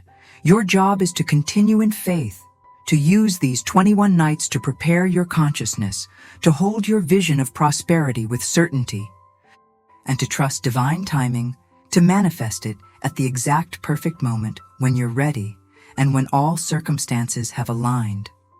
I trust divine timing completely. I release all need to force or rush. I prepare in faith. I continue in trust. I hold my vision with certainty. I let divine intelligence manifest my prosperity at the exact perfect moment. My breakthrough is not late. It's right on time. Florence taught another profound principle that revolutionizes how we approach challenges and obstacles. She called it divine redirection. She taught that what appears to be a closed door is often divine intelligence protecting you from something that wasn't in your highest good and redirecting you towards something better. Most people, when they encounter rejection or failure or an obstacle, interpret it as the universe saying no to their dreams. They take it as evidence that prosperity isn't meant for them, that success is impossible, that they should give up. But Florence taught the opposite interpretation. She said, when a door closes, it's because there's a better door ahead. When an opportunity falls through, it's because divine intelligence is protecting you from something that would have been less than your highest good. When things don't work out the way you planned, it's because God has a better plan. She would tell her students, never mourn a closed door. Bless it, thank it, and turn your full attention to the open door that's coming. Trust that divine intelligence sees the whole picture while you only see a small part. Trust that what seems like failure is often divine protection and redirection. There was a woman named Elizabeth who experienced this principle in a dramatic way. She had been offered what seemed like her dream job, a position at a prestigious company with excellent salary and benefits. She had gone through multiple interviews and was told the job was hers. She gave notice at her current job, celebrated with friends and family, and prepared to start the new position. 3 days before her start date, the company called and rescinded the offer. There had been a budget freeze. The position was eliminated. Elizabeth was devastated. She had already quit her old job. She had no income. She had no prospects. She felt humiliated and furious. She went to see Florence in tears, saying, "I don't understand. I prayed about this job. I felt it was right. I gave thanks for it. And now it's been taken away. How can I trust God when this happens?"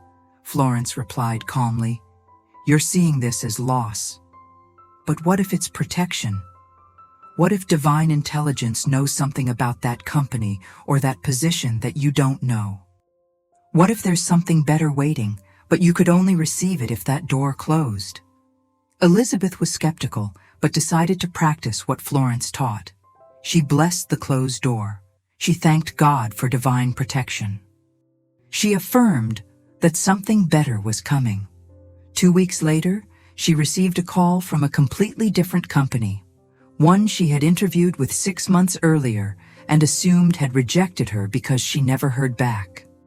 They said there had been an administrative error and her application had been lost in the system. They had just discovered it and were impressed by her credentials. Would she be interested in interviewing for a newly created position? Elizabeth interviewed. She was offered the job. The salary was 40% higher than the job that had fallen through. The position had more responsibility, more opportunity for advancement, better benefits, and was in a field she was more passionate about. Within a year, Elizabeth was promoted. Within 3 years, she was a senior manager. Within 5 years, she was making more than double what that first job would have paid. She wrote to Florence saying, "You were absolutely right. That closed door was divine protection and redirection. If I had taken that first job, I would have been comfortable enough to stay there and never pursued this better opportunity. The closed door was the greatest blessing, though I couldn't see it at the time." Florence wrote back, "This is always true. Trust divine intelligence more than your own understanding. Trust divine redirection more than your own plans. What appears to be failure is often the setup for greater success than you could have designed yourself." This truth applies to you right now. Perhaps you've experienced closed doors financially. Perhaps opportunities have fallen through. Perhaps things haven't worked out as you planned. Don't interpret those experiences as failure or as evidence that prosperity isn't meant for you. Instead, bless every closed door. Thank divine intelligence for protection. Affirm that something better is coming.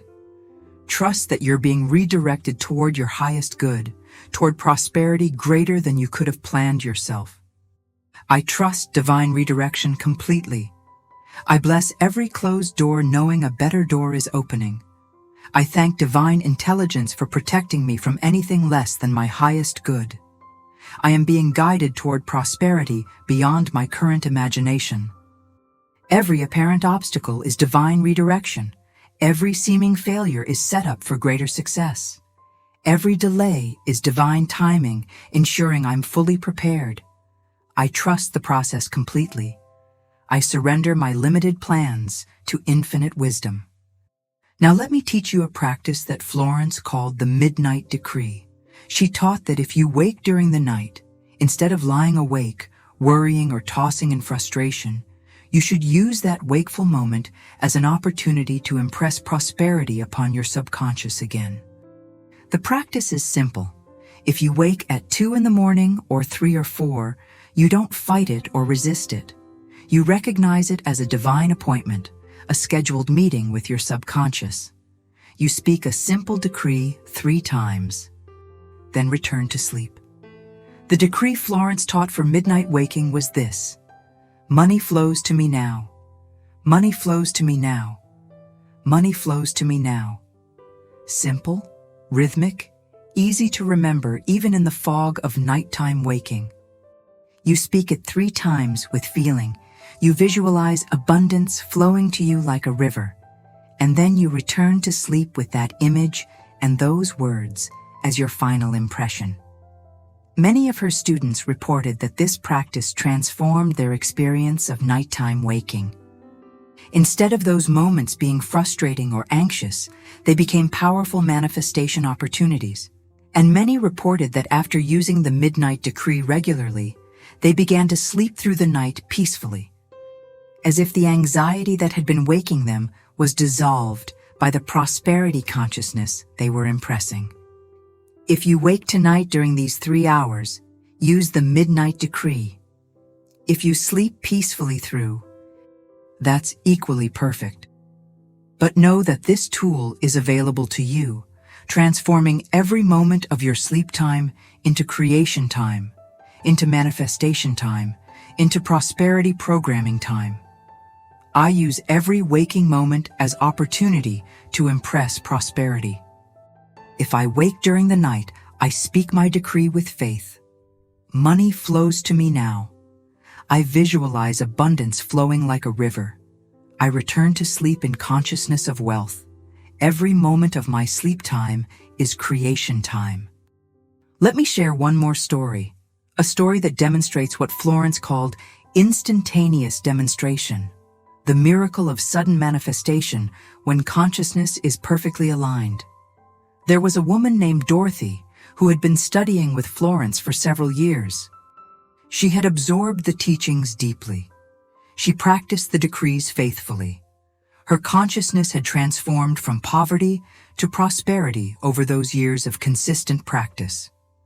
One afternoon, Dorothy discovered that she needed exactly $100 by the next morning for an unexpected expense. She had no idea where the money would come from. Her bank account was nearly empty. She had no one to borrow from. But instead of panicking, Dorothy sat quietly, went into the silence as Florence had taught her, and spoke directly to divine intelligence. She said aloud, "Infinite intelligence, I need $100 by tomorrow morning. I know you have unlimited resources. I know you can manifest this easily. I give thanks right now that this money is already provided in the spiritual realm and is now manifesting in the material realm. I release this completely to you. I trust you completely." Then she went about her day with complete peace, not worrying, not scheming, not trying to figure out how it would happen. She had cast her burden. She had spoken her decree. She trusted the law. That evening, she went to visit a friend she hadn't seen in several months. As they were talking over tea, the friend suddenly said, "Oh, I almost forgot. I owe you money. Do you remember 2 years ago when we went to that event together and you paid for my ticket because I had forgotten my purse? I've been meaning to pay you back, but I kept forgetting. Let me give you that money now." The friend wrote Dorothy a check for exactly $100. Dorothy was amazed not just by the manifestation, but by the perfect exactness of it. Not $90, not $120, exactly $100, the precise amount she had asked for. She went to Florence the next day and told her what had happened. Florence smiled and said, "This is instantaneous demonstration. This is what happens when consciousness is so perfectly aligned with divine supply that there's no delay between asking and receiving. You didn't doubt, you didn't worry, you didn't try to figure out how. You simply asked, believed, and received.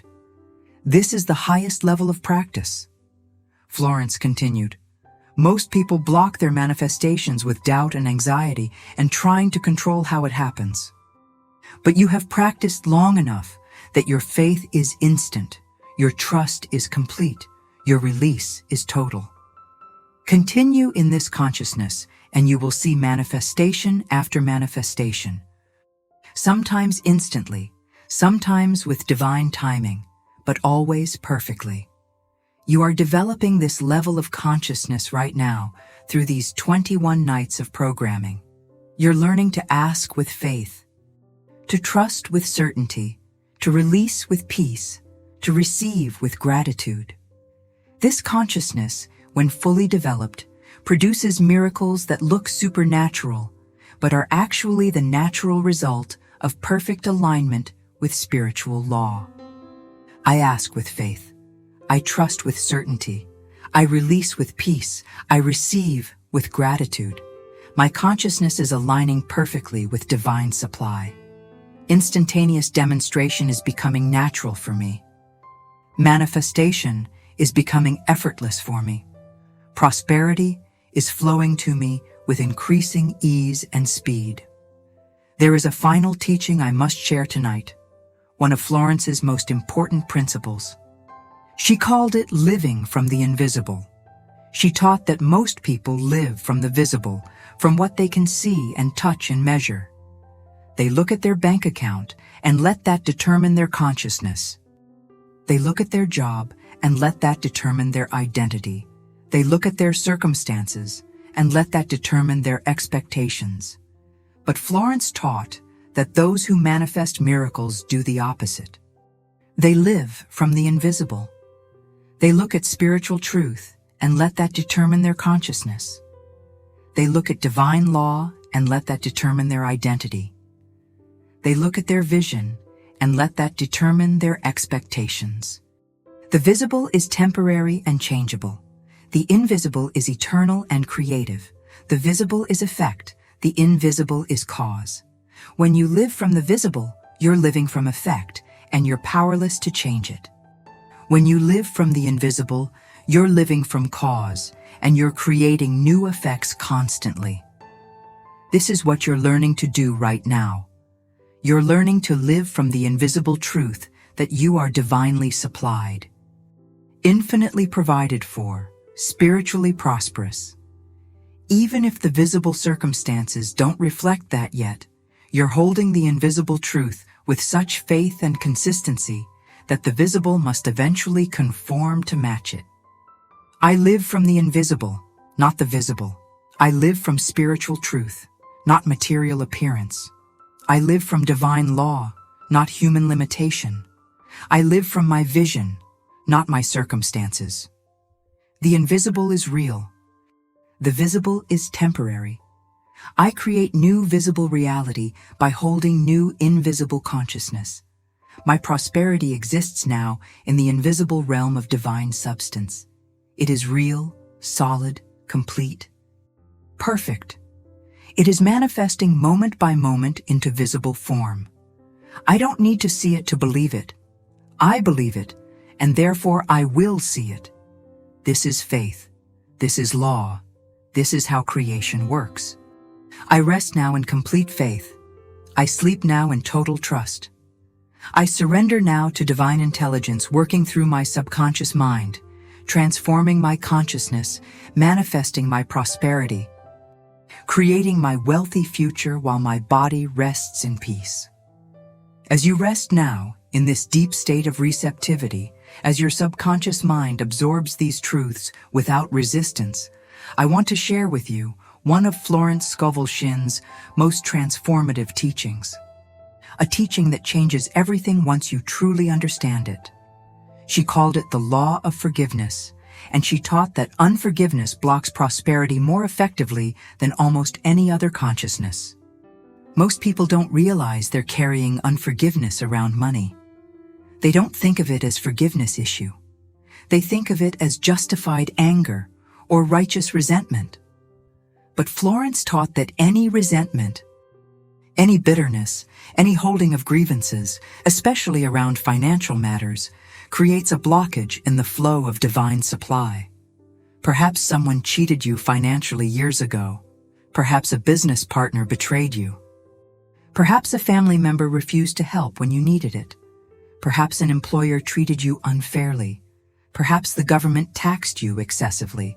Perhaps life itself seems to have dealt you an unfair hand financially. If you're holding any of these resentments, even small ones, even justified ones, they're creating resistance in your consciousness. They're like rocks in a stream, blocking the natural flow of abundance. And until you release them through forgiveness, prosperity cannot flow freely to you. Florence taught that forgiveness doesn't mean saying what happened was okay. It doesn't mean pretending you weren't hurt. It doesn't mean trusting that person again or allowing them back into your life. Forgiveness means releasing the energetic charge, releasing the bitterness, releasing the grip that past event has on your present consciousness. She would say to her students, holding resentment is like drinking poison and expecting the other person to die. It only hurts you. It only blocks your good. The person you resent has moved on with their life while you remain stuck in the past, tied to them through your bitterness, unable to move forward into prosperity. The practice Florence taught for financial forgiveness was specific and powerful. She said to lie quietly. Bring to mind the person or situation that hurt you financially, and speak this decree: I fully and freely forgive you. I release you completely. I cut all negative cords between us. I am free and you are free. I bless you and release you to your highest good. Then, and this is crucial, you must also forgive yourself. Forgive yourself for any financial mistakes you made. Forgive yourself for trusting the wrong people. Forgive yourself for poor decisions. Forgive yourself for not knowing better at the time. Forgive yourself completely and totally. Let me tell you about a man named Edward who proved this principle in a remarkable way. Edward came to Florence carrying a burden of resentment that had poisoned his life for over a decade. When he was 30 years old, he had started a business with his brother. They were equal partners. Edward put in all his savings, everything he had. The business did well for 2 years. Then Edward discovered his brother had been stealing from the business, falsifying records, siphoning money into secret accounts. By the time Edward uncovered it, his brother had taken nearly $50,000. When confronted, his brother simply disappeared, left the state, and was never heard from again. Edward lost everything. The business collapsed under the weight of the theft and debt. Edward spent the next 10 years working to pay off what his brother had stolen.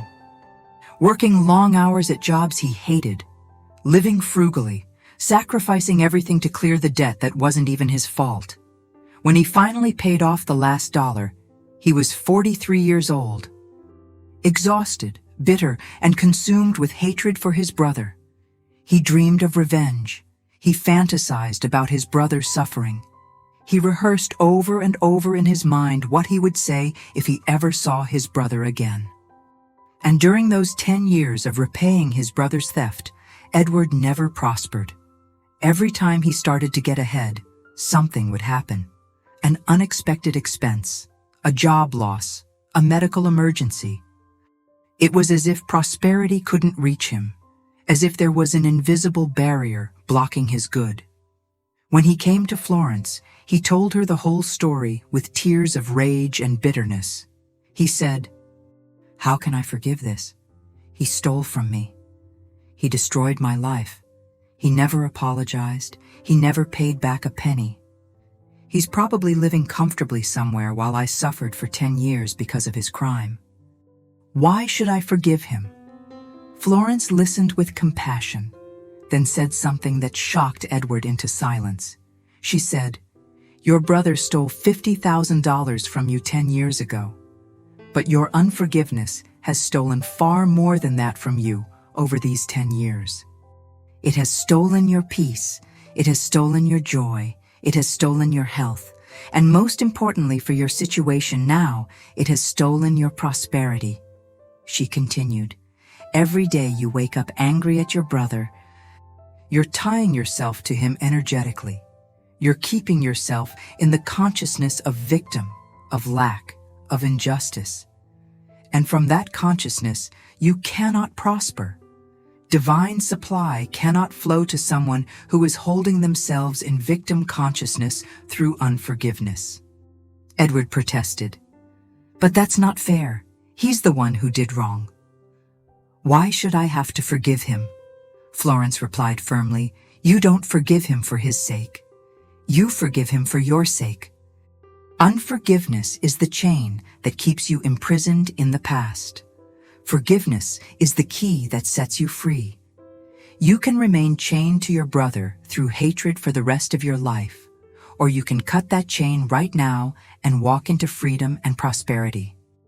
She taught Edward the forgiveness decree and told him to speak it every single day, morning and night, until he could say it without anger, until he could say it with genuine release, until the emotional charge was completely dissolved. The first time Edward spoke the decree, he could barely get the words out. "I fully and freely forgive you." The words felt like lies, like betrayal of himself, like letting his brother win. But he spoke them anyway because he trusted Florence and because he was desperate for change. He continued every day, "I fully and freely forgive you. I release you completely. I cut all negative cords between us. I am free and you are free." For the first 2 weeks, he felt nothing but resistance and anger.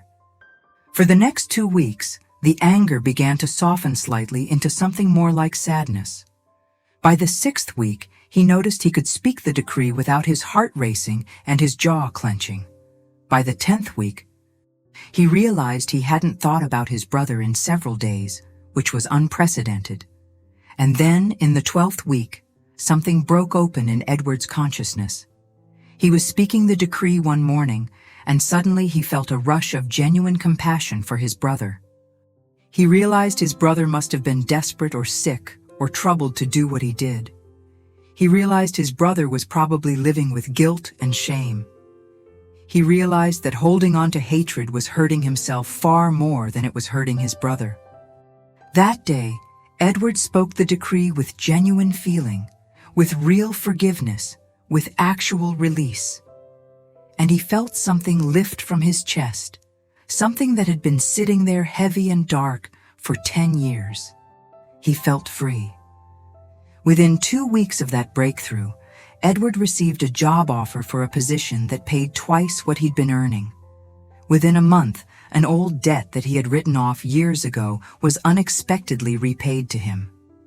Within 3 months, he met a woman who would become his wife, bringing love into his life after years of isolation. Within a year, he had saved more money than he'd had before his brother's betrayal. When Edward returned to Florence to thank her, he said something profound. He said, "The strangest thing is that I'm grateful now. I'm grateful for what happened because it taught me this lesson about forgiveness and consciousness. If my brother hadn't stolen from me, I never would have come to you. I never would have learned these spiritual laws. I never would have discovered that consciousness creates circumstances. In a strange way, his theft was a gift because it led me to truth." Florence smiled and said, "Now you understand the deepest meaning of forgiveness.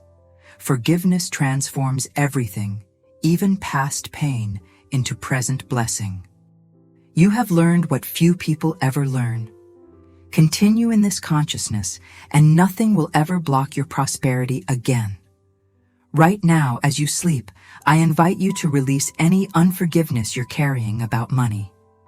You don't have to consciously think about it or name it. Simply let these words wash over you and do their work in your subconscious. I fully and freely forgive everyone who has ever harmed me financially. I release all resentment, all bitterness, all desire for revenge.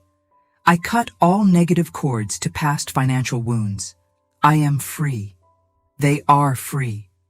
I bless them and release them to their highest good. I fully and freely forgive myself for all financial mistakes I have made. I release all guilt, all shame, all self-condemnation. I forgive myself for not knowing better at the time. I forgive myself for trusting the wrong people. I forgive myself for poor decisions. I am free from all financial guilt. I am free from all monetary shame. I forgive myself completely. I forgive life itself for any perceived unfairness. I release all sense of being a victim. I release all consciousness of injustice. I claim my power as creator of my reality through my consciousness. I am free. I am powerful. I am the master of my financial destiny. Forgiveness opens the floodgates of prosperity. Forgiveness removes all blocks to my good. Forgiveness allows divine supply to flow freely to me now. I am forgiven. I am free. I am prosperous. Now let me teach you about what Florence called the gratitude multiplier. She taught that gratitude is not just a nice feeling or a spiritual practice. Gratitude is a powerful magnetic force that attracts more of what you're grateful for. Most people wait until they have abundance to feel grateful. They say, "When I have money, then I'll be grateful. When I'm prosperous, then I'll give thanks." But Florence taught the opposite. You must be grateful now for whatever you have, no matter how little it seems, and that gratitude will multiply it. She said, "If you have only $1, be genuinely grateful for that dollar. Thank God for it. Bless it. Appreciate it fully. That attitude of gratitude around your $1 will attract more dollars to you. But if you look at your $1 with resentment, saying this isn't enough, This is nothing. Why do I only have this? That attitude will repel prosperity and keep you in lack. Florence taught her students to practice gratitude for money every single time they handled it. When you receive money, even a small amount, say thank you aloud. Thank you for this money. Thank you for divine supply. When you spend money, bless it as it leaves your hands. I bless this money as it flows from me. It goes out blessed and returns to me multiplied. When you see your bank balance, even if it's smaller than you wish, say thank you for what's there. Thank you for these dollars. Thank you that I am provided for. Thank you that more is coming. This practice completely transforms your relationship with money. Instead of fear and lack consciousness, you're cultivating appreciation and abundance consciousness. And consciousness always manifests as circumstances. There was a woman named Helen who proved this principle during very difficult circumstances. She was a widow with 4 young children to support. Her husband had died suddenly, leaving her with almost nothing. She worked as a seamstress from home, making barely enough to keep the family fed and housed. One day she had exactly $3.25 in her purse. That was all the money in the world she had until she finished the dress she was sewing and got paid in 3 more days. She had to choose whether to buy bread or milk because she couldn't afford both. Helen sat at her kitchen table looking at those $3.25, and she felt despair rising. It was so little. It wasn't enough. How would they survive? Then she remembered something Florence had taught in a lecture she'd attended months before. Be grateful for what you have, no matter how small. Gratitude multiplies. Helen decided to try it.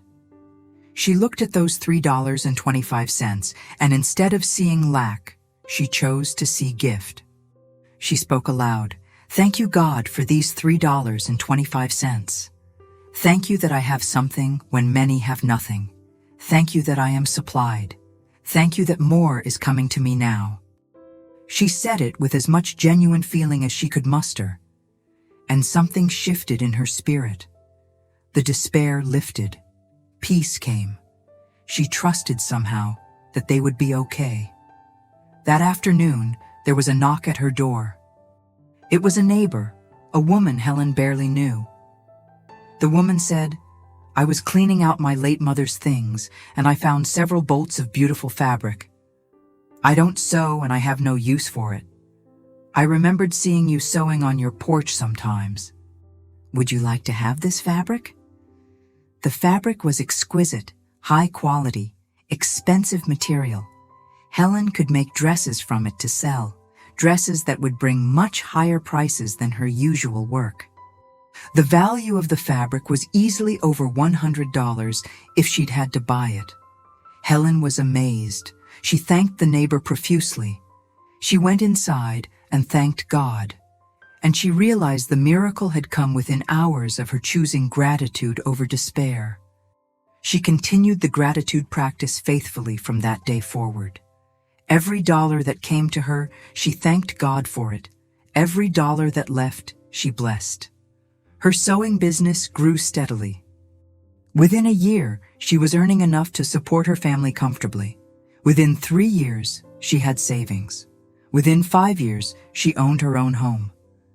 She wrote to Florence saying, "Gratitude was the key that unlocked everything. The moment I stopped resenting what I had and started appreciating it, everything changed." You can begin this practice right now in your sleep. Even though you're not conscious, your subconscious is hearing these words and absorbing this consciousness. I am deeply grateful for all the money I have right now. I am deeply grateful for all the money that's coming to me. I am deeply grateful for divine supply that never fails. I am deeply grateful for infinite abundance. That's my spiritual birthright. Thank you for money in my bank account. Thank you for money in my wallet. Thank you for money that's coming from expected sources. Thank you for money that's coming from unexpected sources. Thank you for money flowing to me now in perfect ways through perfect channels. I appreciate every dollar. I bless every coin. I am grateful for all supply. My gratitude multiplies my abundance. My thanksgiving increases my wealth. My appreciation magnetizes prosperity to me now. Thank you, thank you, thank you.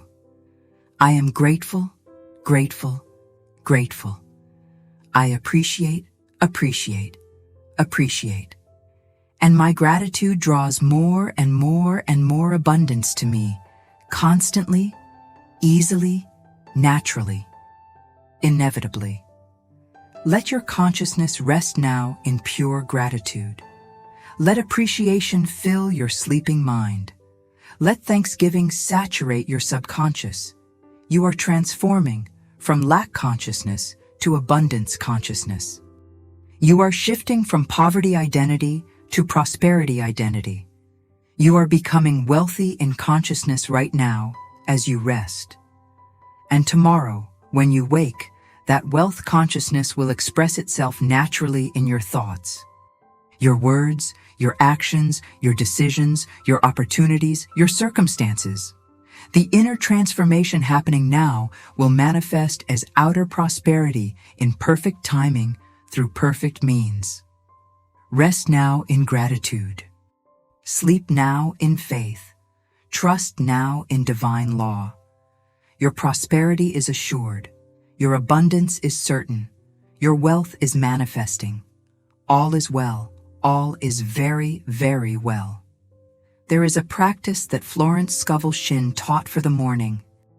For those precious first moments after waking, that sets the entire tone for your day and determines what kind of experiences you'll attract.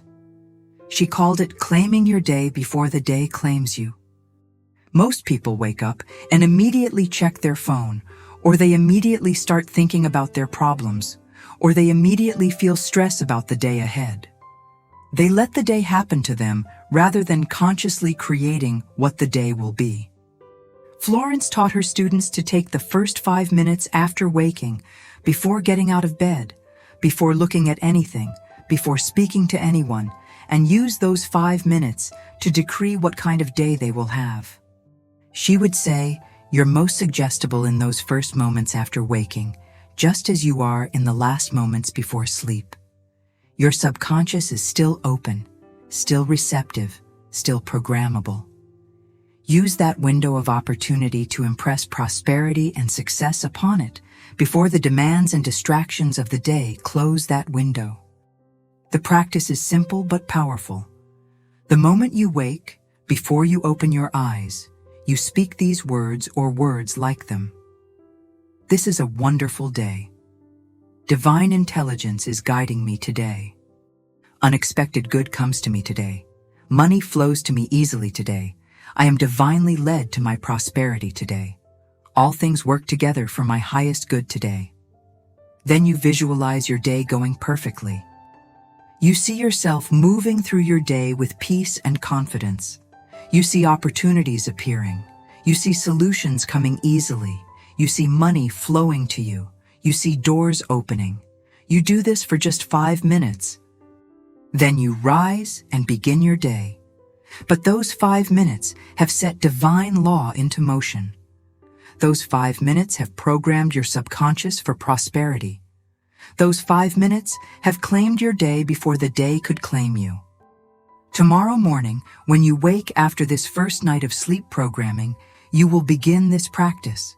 You will wake, lie still for 5 minutes, and decree prosperity over your day.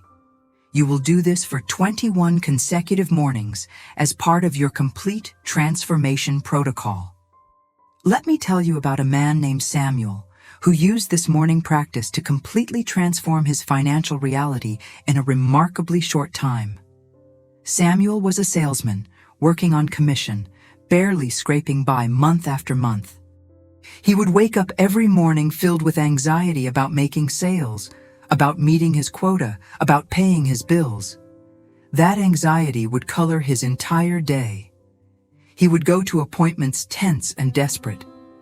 And customers could feel that desperation, and they wouldn't buy. He was caught in a vicious cycle.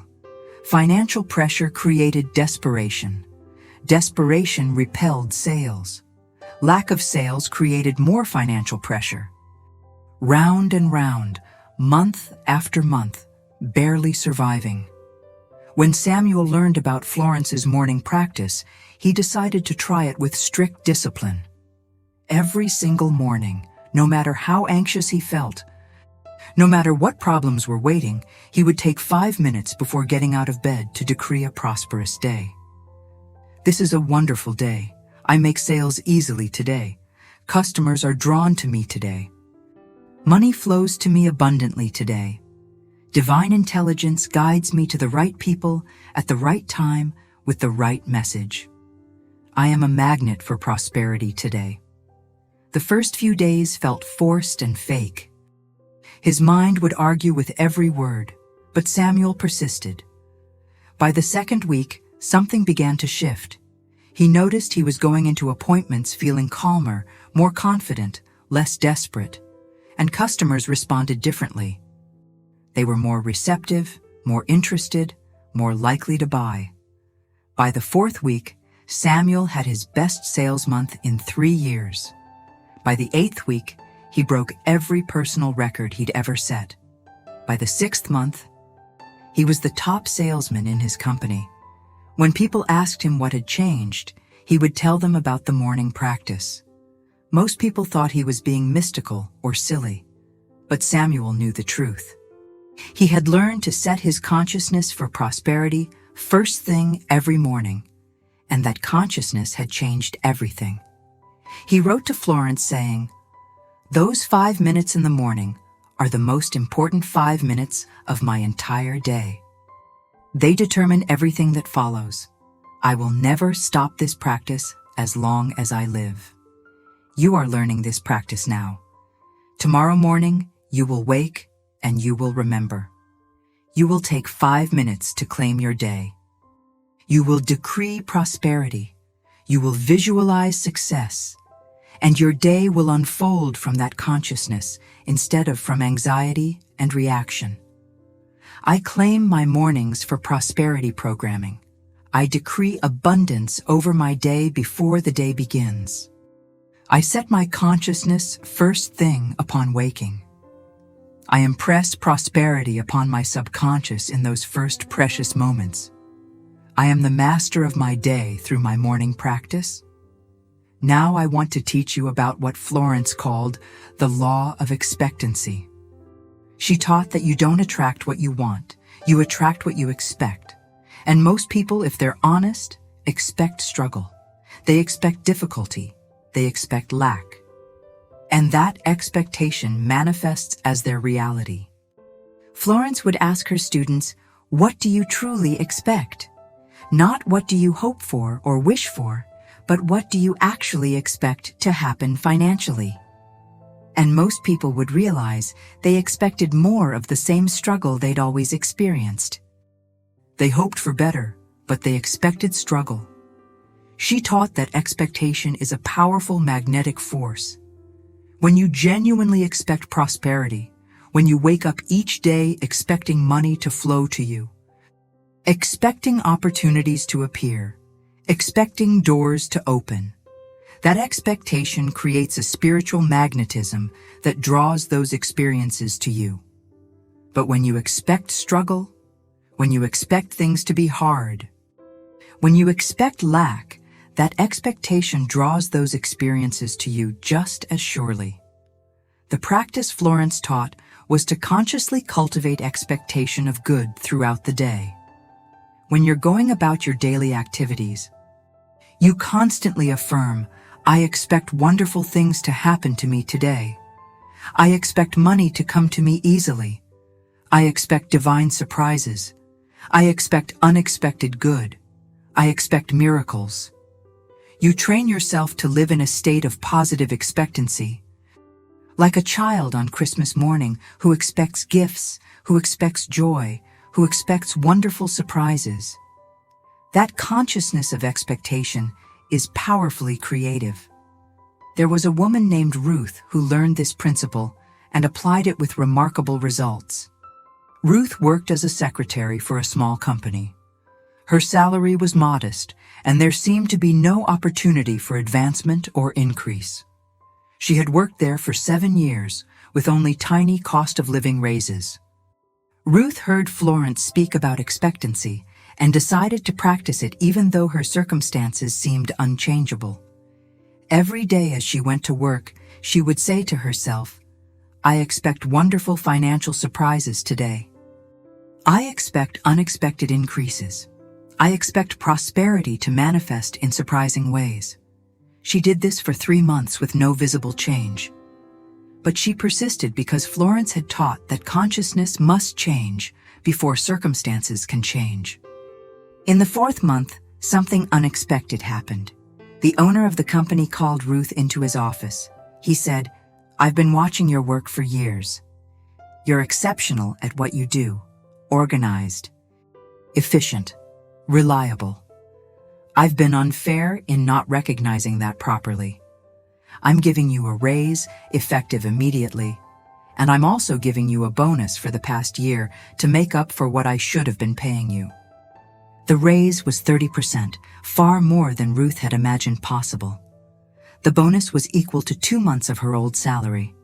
But even more surprising, the owner said he was promoting her to office manager, which came with additional salary increase and benefits.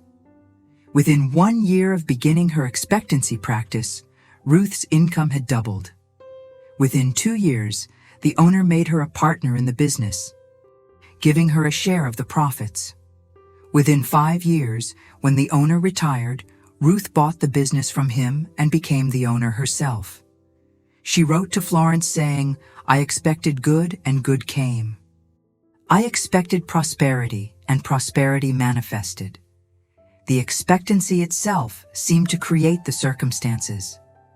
"I don't fully understand how it works, but I know it works." Florence replied, "Expectancy works because it's a form of faith. When you expect something, you're living as if it's already on its way to you. You're opening yourself to receive it. You're positioning yourself for it. And divine law responds to that expectancy by manifesting what you expect. Right now, as you sleep, let expectancy sink into your consciousness. Let positive expectation become your new default state. I expect prosperity to manifest in my life now. I expect money to flow to me easily from multiple sources. I expect wonderful financial surprises. I expect unexpected income. I expect divine opportunities. I expect doors to open before me. I expect miracles to appear in my path. I wake up each morning expecting good things to happen. I go through each day expecting prosperity to manifest. I interact with each person expecting divine appointments and opportunities. I handle each situation expecting perfect outcomes. My expectation is magnetic. My expectation is creative. My expectation draws to me the experiences I expect. I expect abundance, therefore abundance comes to me. I expect wealth, therefore wealth manifests for me. I expect miracles, therefore miracles appear in my life. I live in a state of joyful expectancy, like a child expecting gifts, like a gardener expecting harvest, like an investor expecting returns. My expectation is faith made active. My expectation is belief made visible. My expectation creates my reality. Florence taught another profound principle that relates to how we receive prosperity when it comes. She called it gracious receiving. She noticed that many people block their prosperity not in the asking or the believing, but in the receiving. They don't know how to receive graciously. When someone offers them a gift, they protest. "Oh no, I couldn't possibly accept this. That's too much. You shouldn't have." When someone pays them a compliment, they deflect it or minimize it. When an opportunity comes to them, they question whether they deserve it or whether there's some catch. This inability to receive graciously, this habit of deflecting good when it comes, tells the universe you're not ready to receive. And if you're not ready to receive what's being offered, the universe stops offering. Florence taught her students to practice gracious receiving in all areas of life, but especially with money and gifts. When someone gives you money, even a small amount, receive it with grace and genuine gratitude. Say thank you sincerely. Don't minimize it. Don't protest. Don't say it's not enough or it's too much. Simply receive it graciously. When someone offers to help you financially, receive that help with grace if you need it. Don't let false pride block your good. Divine supply often comes through human channels. If someone is the channel through which God is sending you supply, honor that channel by receiving graciously. When opportunity comes, receive it graciously. Don't question it. Don't doubt it. Don't analyze it to death. Recognize it as divine supply manifesting and receive it with grace and gratitude. There was a woman named Martha who had tremendous difficulty receiving. She had been taught as a child that it was selfish to accept gifts, that you should always give, but never take. This programming had created a poverty consciousness in her, even though she worked hard and was generous to others. People would try to help Martha, and she would refuse. Friends would offer to treat her to dinner, and she would insist on paying her own way, even when she couldn't afford it. Relatives would try to give her money for birthdays or holidays, and she would return it, saying she couldn't accept it. Martha was literally pushing prosperity away with both hands, while wondering why she remained in lack. When she came to Florence and described her situation, Florence immediately identified the problem. She said, "You're blocking your own prosperity by refusing to receive."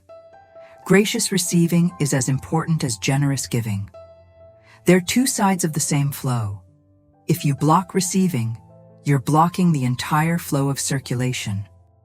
Florence taught Martha to practice saying two simple words with genuine feeling every time anyone offered her anything.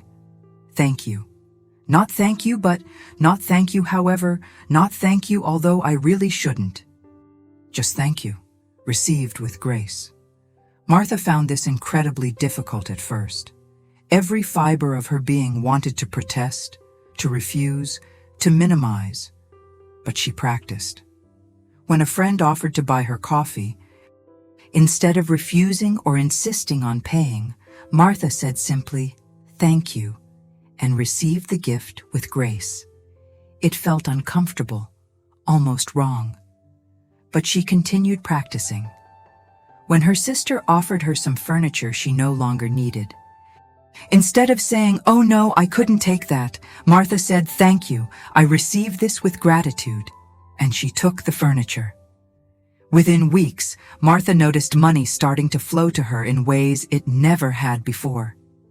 A client paid her double what she'd invoiced, saying her work was worth more than she was charging. A former employer sent her an unexpected bonus check from a profit-sharing program she'd forgotten about. She found money in an old coat pocket. Small amounts kept appearing from various sources. Within months, the flow had increased substantially. She received a job offer with significantly higher pay. She inherited a small amount from a distant relative she barely knew. Everything seemed to be flowing toward her instead of away from her. Martha wrote to Florence saying, "Learning to receive graciously opened a door I didn't even know was closed. Now prosperity flows to me because I'm finally allowing myself to receive it. Right now, as you sleep, let this consciousness of gracious receiving sink deep into your subconscious mind. I receive prosperity graciously and gratefully. I receive money with grace and thanks. I receive opportunities with openness and appreciation. I receive help with humility and gratitude. I receive gifts with joy and acceptance. I am worthy of receiving. I deserve to receive abundance. I allow myself to receive from divine supply through whatever channels it comes. I don't block my good with false pride or unworthiness. I receive graciously because I understand that receiving is part of the flow of circulation. When money comes to me, I say thank you and receive it with grace. When opportunity appears, I say yes and receive it with gratitude. When help is offered, I accept it with appreciation. When gifts arrive, I open my hands and receive them joyfully. I am an excellent receiver. I am a gracious receiver. I am an open receiver. And because I receive well, more and more prosperity flows to me constantly, easily, naturally, abundantly. As you continue sleeping now, as these final hours of your first night pass, know that profound transformation is occurring at the deepest levels of your consciousness. Old patterns of poverty are dissolving. New patterns of prosperity are forming. Old identity of lack is fading. New identity of abundance is emerging. You're not the same person who began listening to this audio. You've been changed at the level of consciousness. And that change in consciousness will manifest as change in circumstances. Not through struggle or force, but through natural alignment with divine law. Through spiritual magnetism, through consciousness expressing itself as form. Tomorrow you wake as a new person. Tomorrow you begin living from new consciousness. Tomorrow you start seeing evidence of this transformation in your daily life. Small signs at first perhaps, but growing larger and more obvious day by day as you continue this practice for all 21 nights. Trust the process completely. Trust the law absolutely. Trust divine intelligence perfectly. Your prosperity is not in question. Your abundance is assured. Your wealth is guaranteed by spiritual law. Rest now in complete peace. Sleep now in total faith. Surrender now to divine intelligence working through your subconscious, creating miracles while you sleep, manifesting prosperity while you dream, transforming your entire financial reality while your body rests. All is well. All is very well. And you are becoming wealthier in consciousness with every breath, with every moment, with every hour of this sacred sleep. Your transformation has begun, and nothing can stop it now.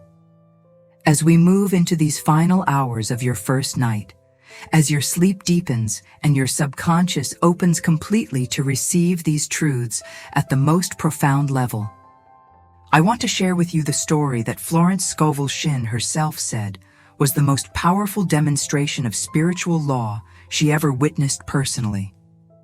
This is the story of a woman named Sarah who came to Florence in a state of absolute desperation that made every other case Florence had worked with seem minor by comparison. Sarah was 58 years old, had been widowed for 12 years, had no children, no living relatives, and no friends she could turn to for help. She had worked as a housekeeper for wealthy families her entire adult life, saving what little she could. But 2 years before coming to Florence, she had been diagnosed with a serious illness that required surgery and long recovery. She had no medical insurance. The medical bills consumed every penny of her life savings and put her into debt beyond what she could ever repay with her modest income. When she tried to return to work after recovery, she found that at her age and with her health history, no one would hire her. Younger, healthier women were chosen for every position. For 18 months, she had survived on the charity of former employers and odd jobs that barely covered food, let alone rent or medical debt. The week before she came to Florence, Sarah had been evicted from her small rented room. She was literally homeless, sleeping on benches, carrying her few possessions in a cloth bag, eating whatever she could beg or find. She was at the absolute end of all human resources. There was nothing left. No options, no possibilities, no hope from any earthly perspective. A woman who attended Florence's lectures saw Sarah on the street, recognized her as someone who had once worked for her family, and brought her to Florence saying, "If anyone can help this woman, you can." Florence looked at Sarah, saw the depth of her destitution, saw the exhaustion and despair in her eyes, and said something that shocked everyone in the room. She said, "You are in the perfect position for a miracle. You have nothing to rely on except God, which means you have everything you need. Human resources have failed completely, which means divine resources can now work without interference." Sarah began to cry. She said, "I've prayed and nothing has happened. God has abandoned me. I'm going to die on the streets." Florence took Sarah's hands and said firmly, "God has not abandoned you. But you have been praying from consciousness of desperation and lack, and that consciousness blocks the very help you're seeking. Today, right now, we're going to change your consciousness completely. We're going to shift you from consciousness of destitution to consciousness of divine supply, and then we're going to watch the universe respond." Florence taught Sarah a specific practice, more intensive than what she usually taught because the situation was so dire. She told Sarah that for the next 7 days, she was to stay at a boarding house that Florence would pay for. During those 7 days, Sarah was to do nothing except rest, eat, and practice a prosperity consciousness protocol that Florence designed specifically for her. Every hour on the hour from 8 in the morning until 10 at night, Sarah was to stop whatever she was doing, place her hands over her heart, close her eyes, and speak this decree 3 times. "I am a child of infinite supply. I am divinely provided for in lavish abundance. Money flows to me now from expected and unexpected sources. I give thanks that my perfect prosperity is manifesting now." In between the hourly decrees, Sarah was to visualize herself housed, fed, employed, debt-free, and secure. She was to see it, feel it, and give thanks for it as if it had already manifested. Florence said, "You will do nothing else for 7 days except rest, eat, and practice this consciousness shift. You will not look for work.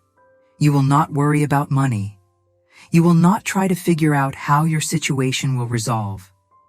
You will simply practice prosperity consciousness hour after hour, day after day, until it becomes your new default state." Sarah was doubtful, but had no alternative. She agreed. For 7 days, she stayed at the boarding house Florence provided. Every hour on the hour, she spoke the decree. In between, she visualized prosperity. At first, it felt ridiculous, impossible, like pretending. But Florence had instructed her to do it anyway, so she did. By the 3rd day, something began to shift in Sarah. The decree started to feel less like lies and more like possibility. The visualizations became clearer, more vivid, more emotionally real. By the 5th day, Sarah noticed she felt peace for the first time in years. The constant anxiety had lifted. By the 7th day, she felt genuine faith that somehow, some way, everything would work out. On the morning of the 8th day, Florence came to the boarding house to check on Sarah. Before Florence could even speak, there was a knock at Sarah's door.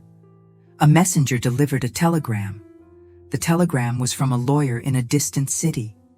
It stated that a distant cousin of Sarah's late husband, a cousin Sarah had met only once, decades ago at her wedding, had died and left a will. This cousin had been a successful businessman who never married and had no children. In his will, he left portions of his estate to various relatives, including Sarah, whom he remembered as kind to him at that long-ago wedding. Sarah's inheritance was $12,000, an enormous sum at that time, equivalent to perhaps 10 years of wages for someone in her position. Sarah collapsed to her knees, weeping. Florence knelt beside her and said, "This is not coincidence. This is law. You shifted your consciousness from destitution to divine supply, and the universe had to manifest circumstances that matched your new consciousness. Your cousin's death was already in motion. The will was already written, but the timing of you receiving this news came exactly when your consciousness was ready to receive it properly. But the miracle didn't stop there. With the inheritance, Sarah paid all her medical debts, secured a comfortable apartment, and invested the remainder wisely based on advice from the lawyer. The investment income was enough to support her modest needs for the rest of her life. But even more remarkably, within 2 months of receiving the inheritance, Sarah was approached by a family she had worked for decades earlier. They had just learned of her previous hardship and wanted to offer her a position. Not as a housekeeper, but as a live-in companion to their elderly mother. The position came with a salary, a private room in a beautiful home, all meals provided, and light duties that Sarah's health could easily handle. Sarah took the position even though she no longer needed the money because she wanted companionship and purpose. She lived comfortably for the next 22 years until she died peacefully at age 80, never experiencing poverty again. Florence would tell this story in her lectures for years afterward, always emphasizing the same point. Sarah's miracle didn't come from positive thinking or wishful hoping. It came from a complete shift in consciousness, from destitution to divine supply. That shift in consciousness had to manifest as changed circumstances, because consciousness always externalizes as form. Always. Without exception. This is law. You are making that same shift right now in your consciousness. Perhaps your situation is not as extreme as Sarah's was. Perhaps it's more extreme. It doesn't matter. The law works the same regardless of circumstances. Shift your consciousness to prosperity, and prosperity must manifest. This is not hope. This is not belief. This is absolute spiritual law. I am a child of infinite supply. I am divinely provided for in lavish abundance. Money flows to me now from expected and unexpected sources. I give thanks that my perfect prosperity is manifesting right now in this moment while I sleep. No matter how impossible my circumstances seem, consciousness can change them. No matter how stuck I feel, a shift in consciousness creates a shift in form. No matter how long I've struggled, new consciousness creates new reality starting right now. I release all attachment to how my prosperity will come. I release all need to figure it out or force it. I simply shift my consciousness to abundance and trust divine intelligence to manifest it through perfect channels, in perfect timing, in perfect ways. My breakthrough is not dependent on economy or job market or other people's decisions. My breakthrough is dependent only on my consciousness. And my consciousness is shifting right now, right here, in this moment, in this sacred sleep. Let me share with you now a series of affirmations that will loop and repeat as you continue sleeping, sinking deeper and deeper into your subconscious, overriding every old program of lack, installing every new program of abundance. I am wealthy in consciousness, therefore I am wealthy in form. Wealth is my true nature. Abundance is my spiritual identity. Prosperity is my divine inheritance. Money comes to me easily from multiple sources simultaneously. Money flows to me like rivers flow to the ocean, naturally, constantly, abundantly, without effort or strain. I am a magnet for money. I attract wealth automatically because my consciousness is aligned with prosperity. Opportunities seek me out. Resources come to me. Doors open before me without me having to force or push. I think wealthy thoughts. Every thought I think about money is a thought of abundance, sufficiency, increase, multiplication, overflow. I have completely released all thoughts of lack, limitation, scarcity, or insufficiency.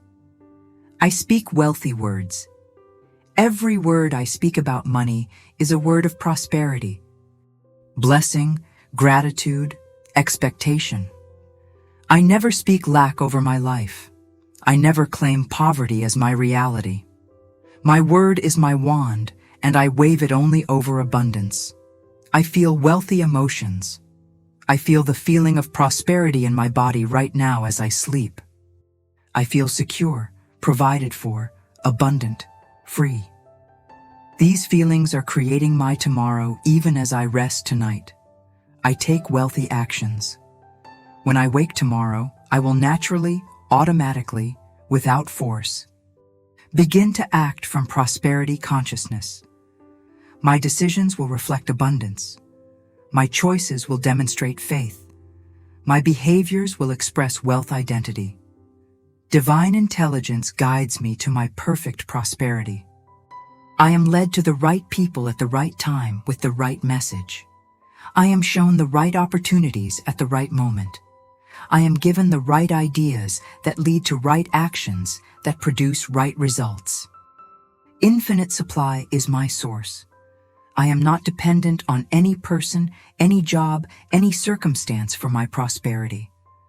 My source is infinite, inexhaustible, always available, always flowing, always providing exactly what I need when I need it. I am debt-free and financially abundant.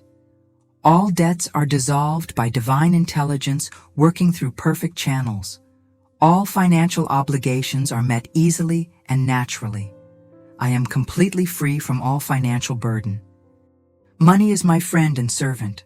Money comes to me joyfully. Money stays with me peacefully. Money multiplies for me naturally. Money serves my highest good and the highest good of all. I circulate money with wisdom and joy. What I give comes back to me multiplied. What I spend is replenished immediately. What I invest grows exponentially. The more I circulate, the more I receive. I save money effortlessly. Every week, every month, my savings grow. I am building wealth steadily and surely. I am creating financial security that expands year after year. I am generous and prosperous. I give freely because I receive abundantly. I help others because I am helped by divine supply.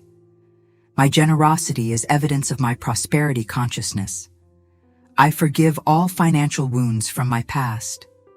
I release all resentment about money. I am free from all guilt about wealth. I am completely clear of all blocks to prosperity.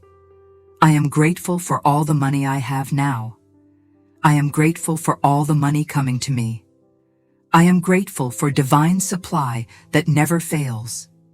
My gratitude multiplies my abundance continuously. I expect miracles. I expect unexpected income. I expect surprising opportunities. I expect divine appointments. I expect financial breakthroughs.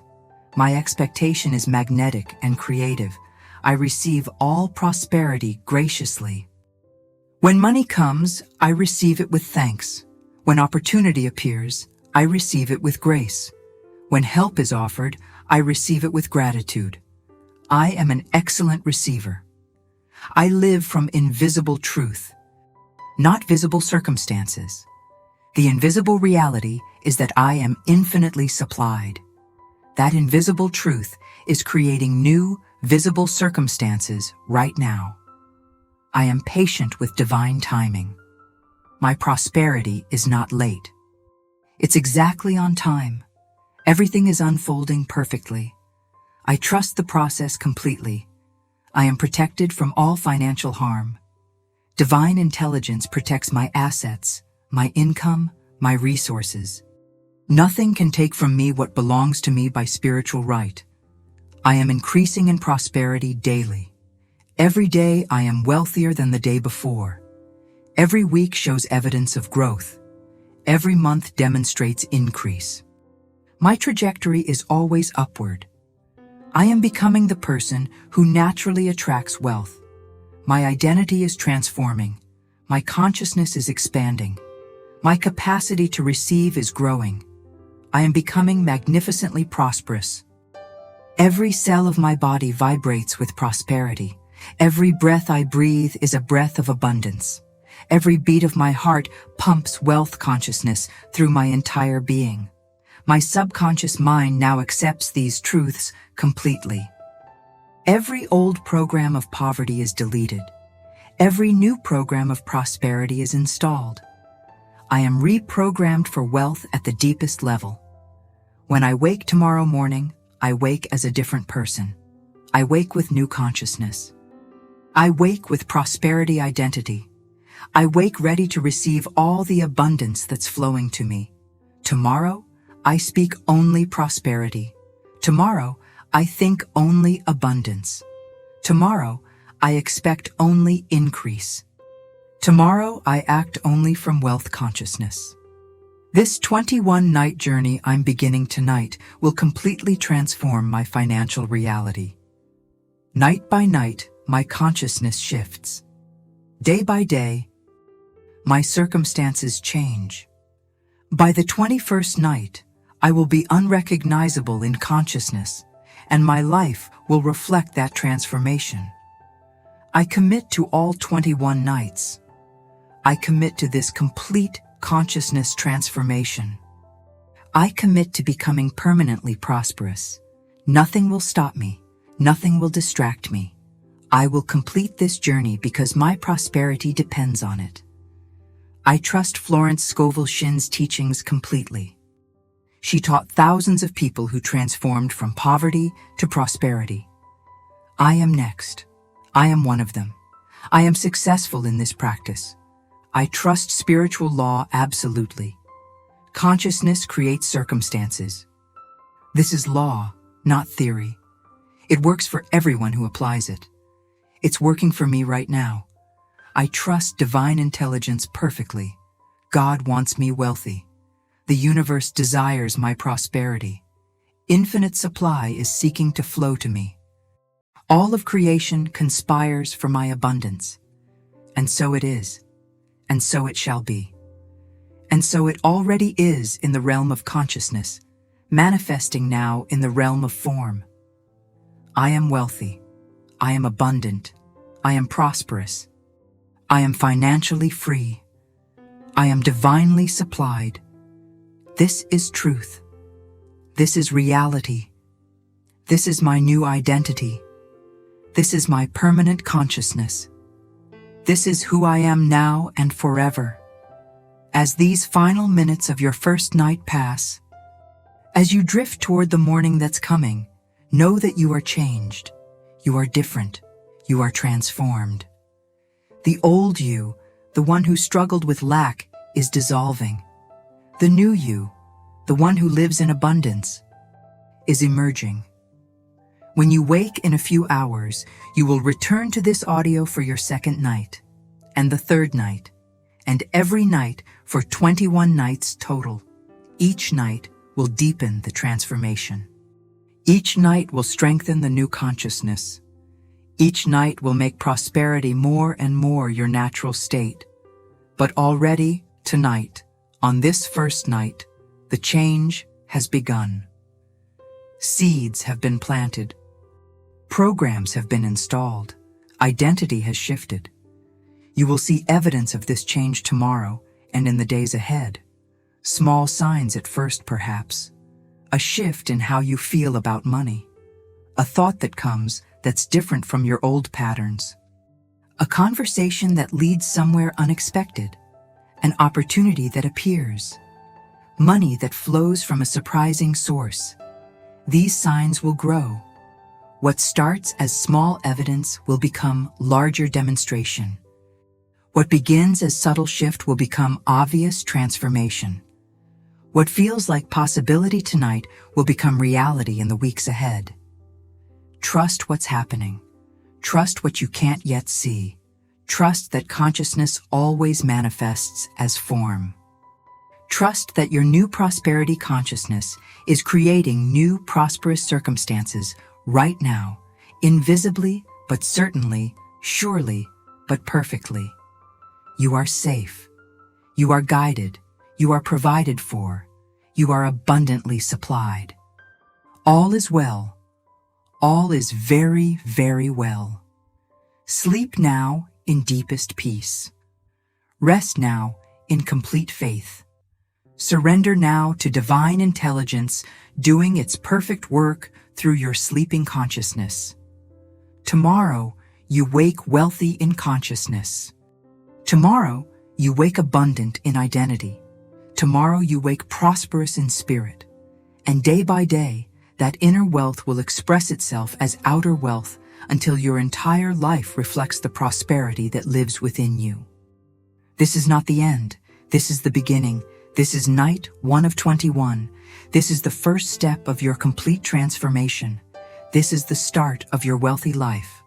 Welcome to prosperity. Welcome to abundance. Welcome to your financial freedom. Welcome to the life Florence Scovel Shinn taught is your divine right. Sleep now, dream now, transform now, prosper now. And so it is. Amen. And amen. And amen.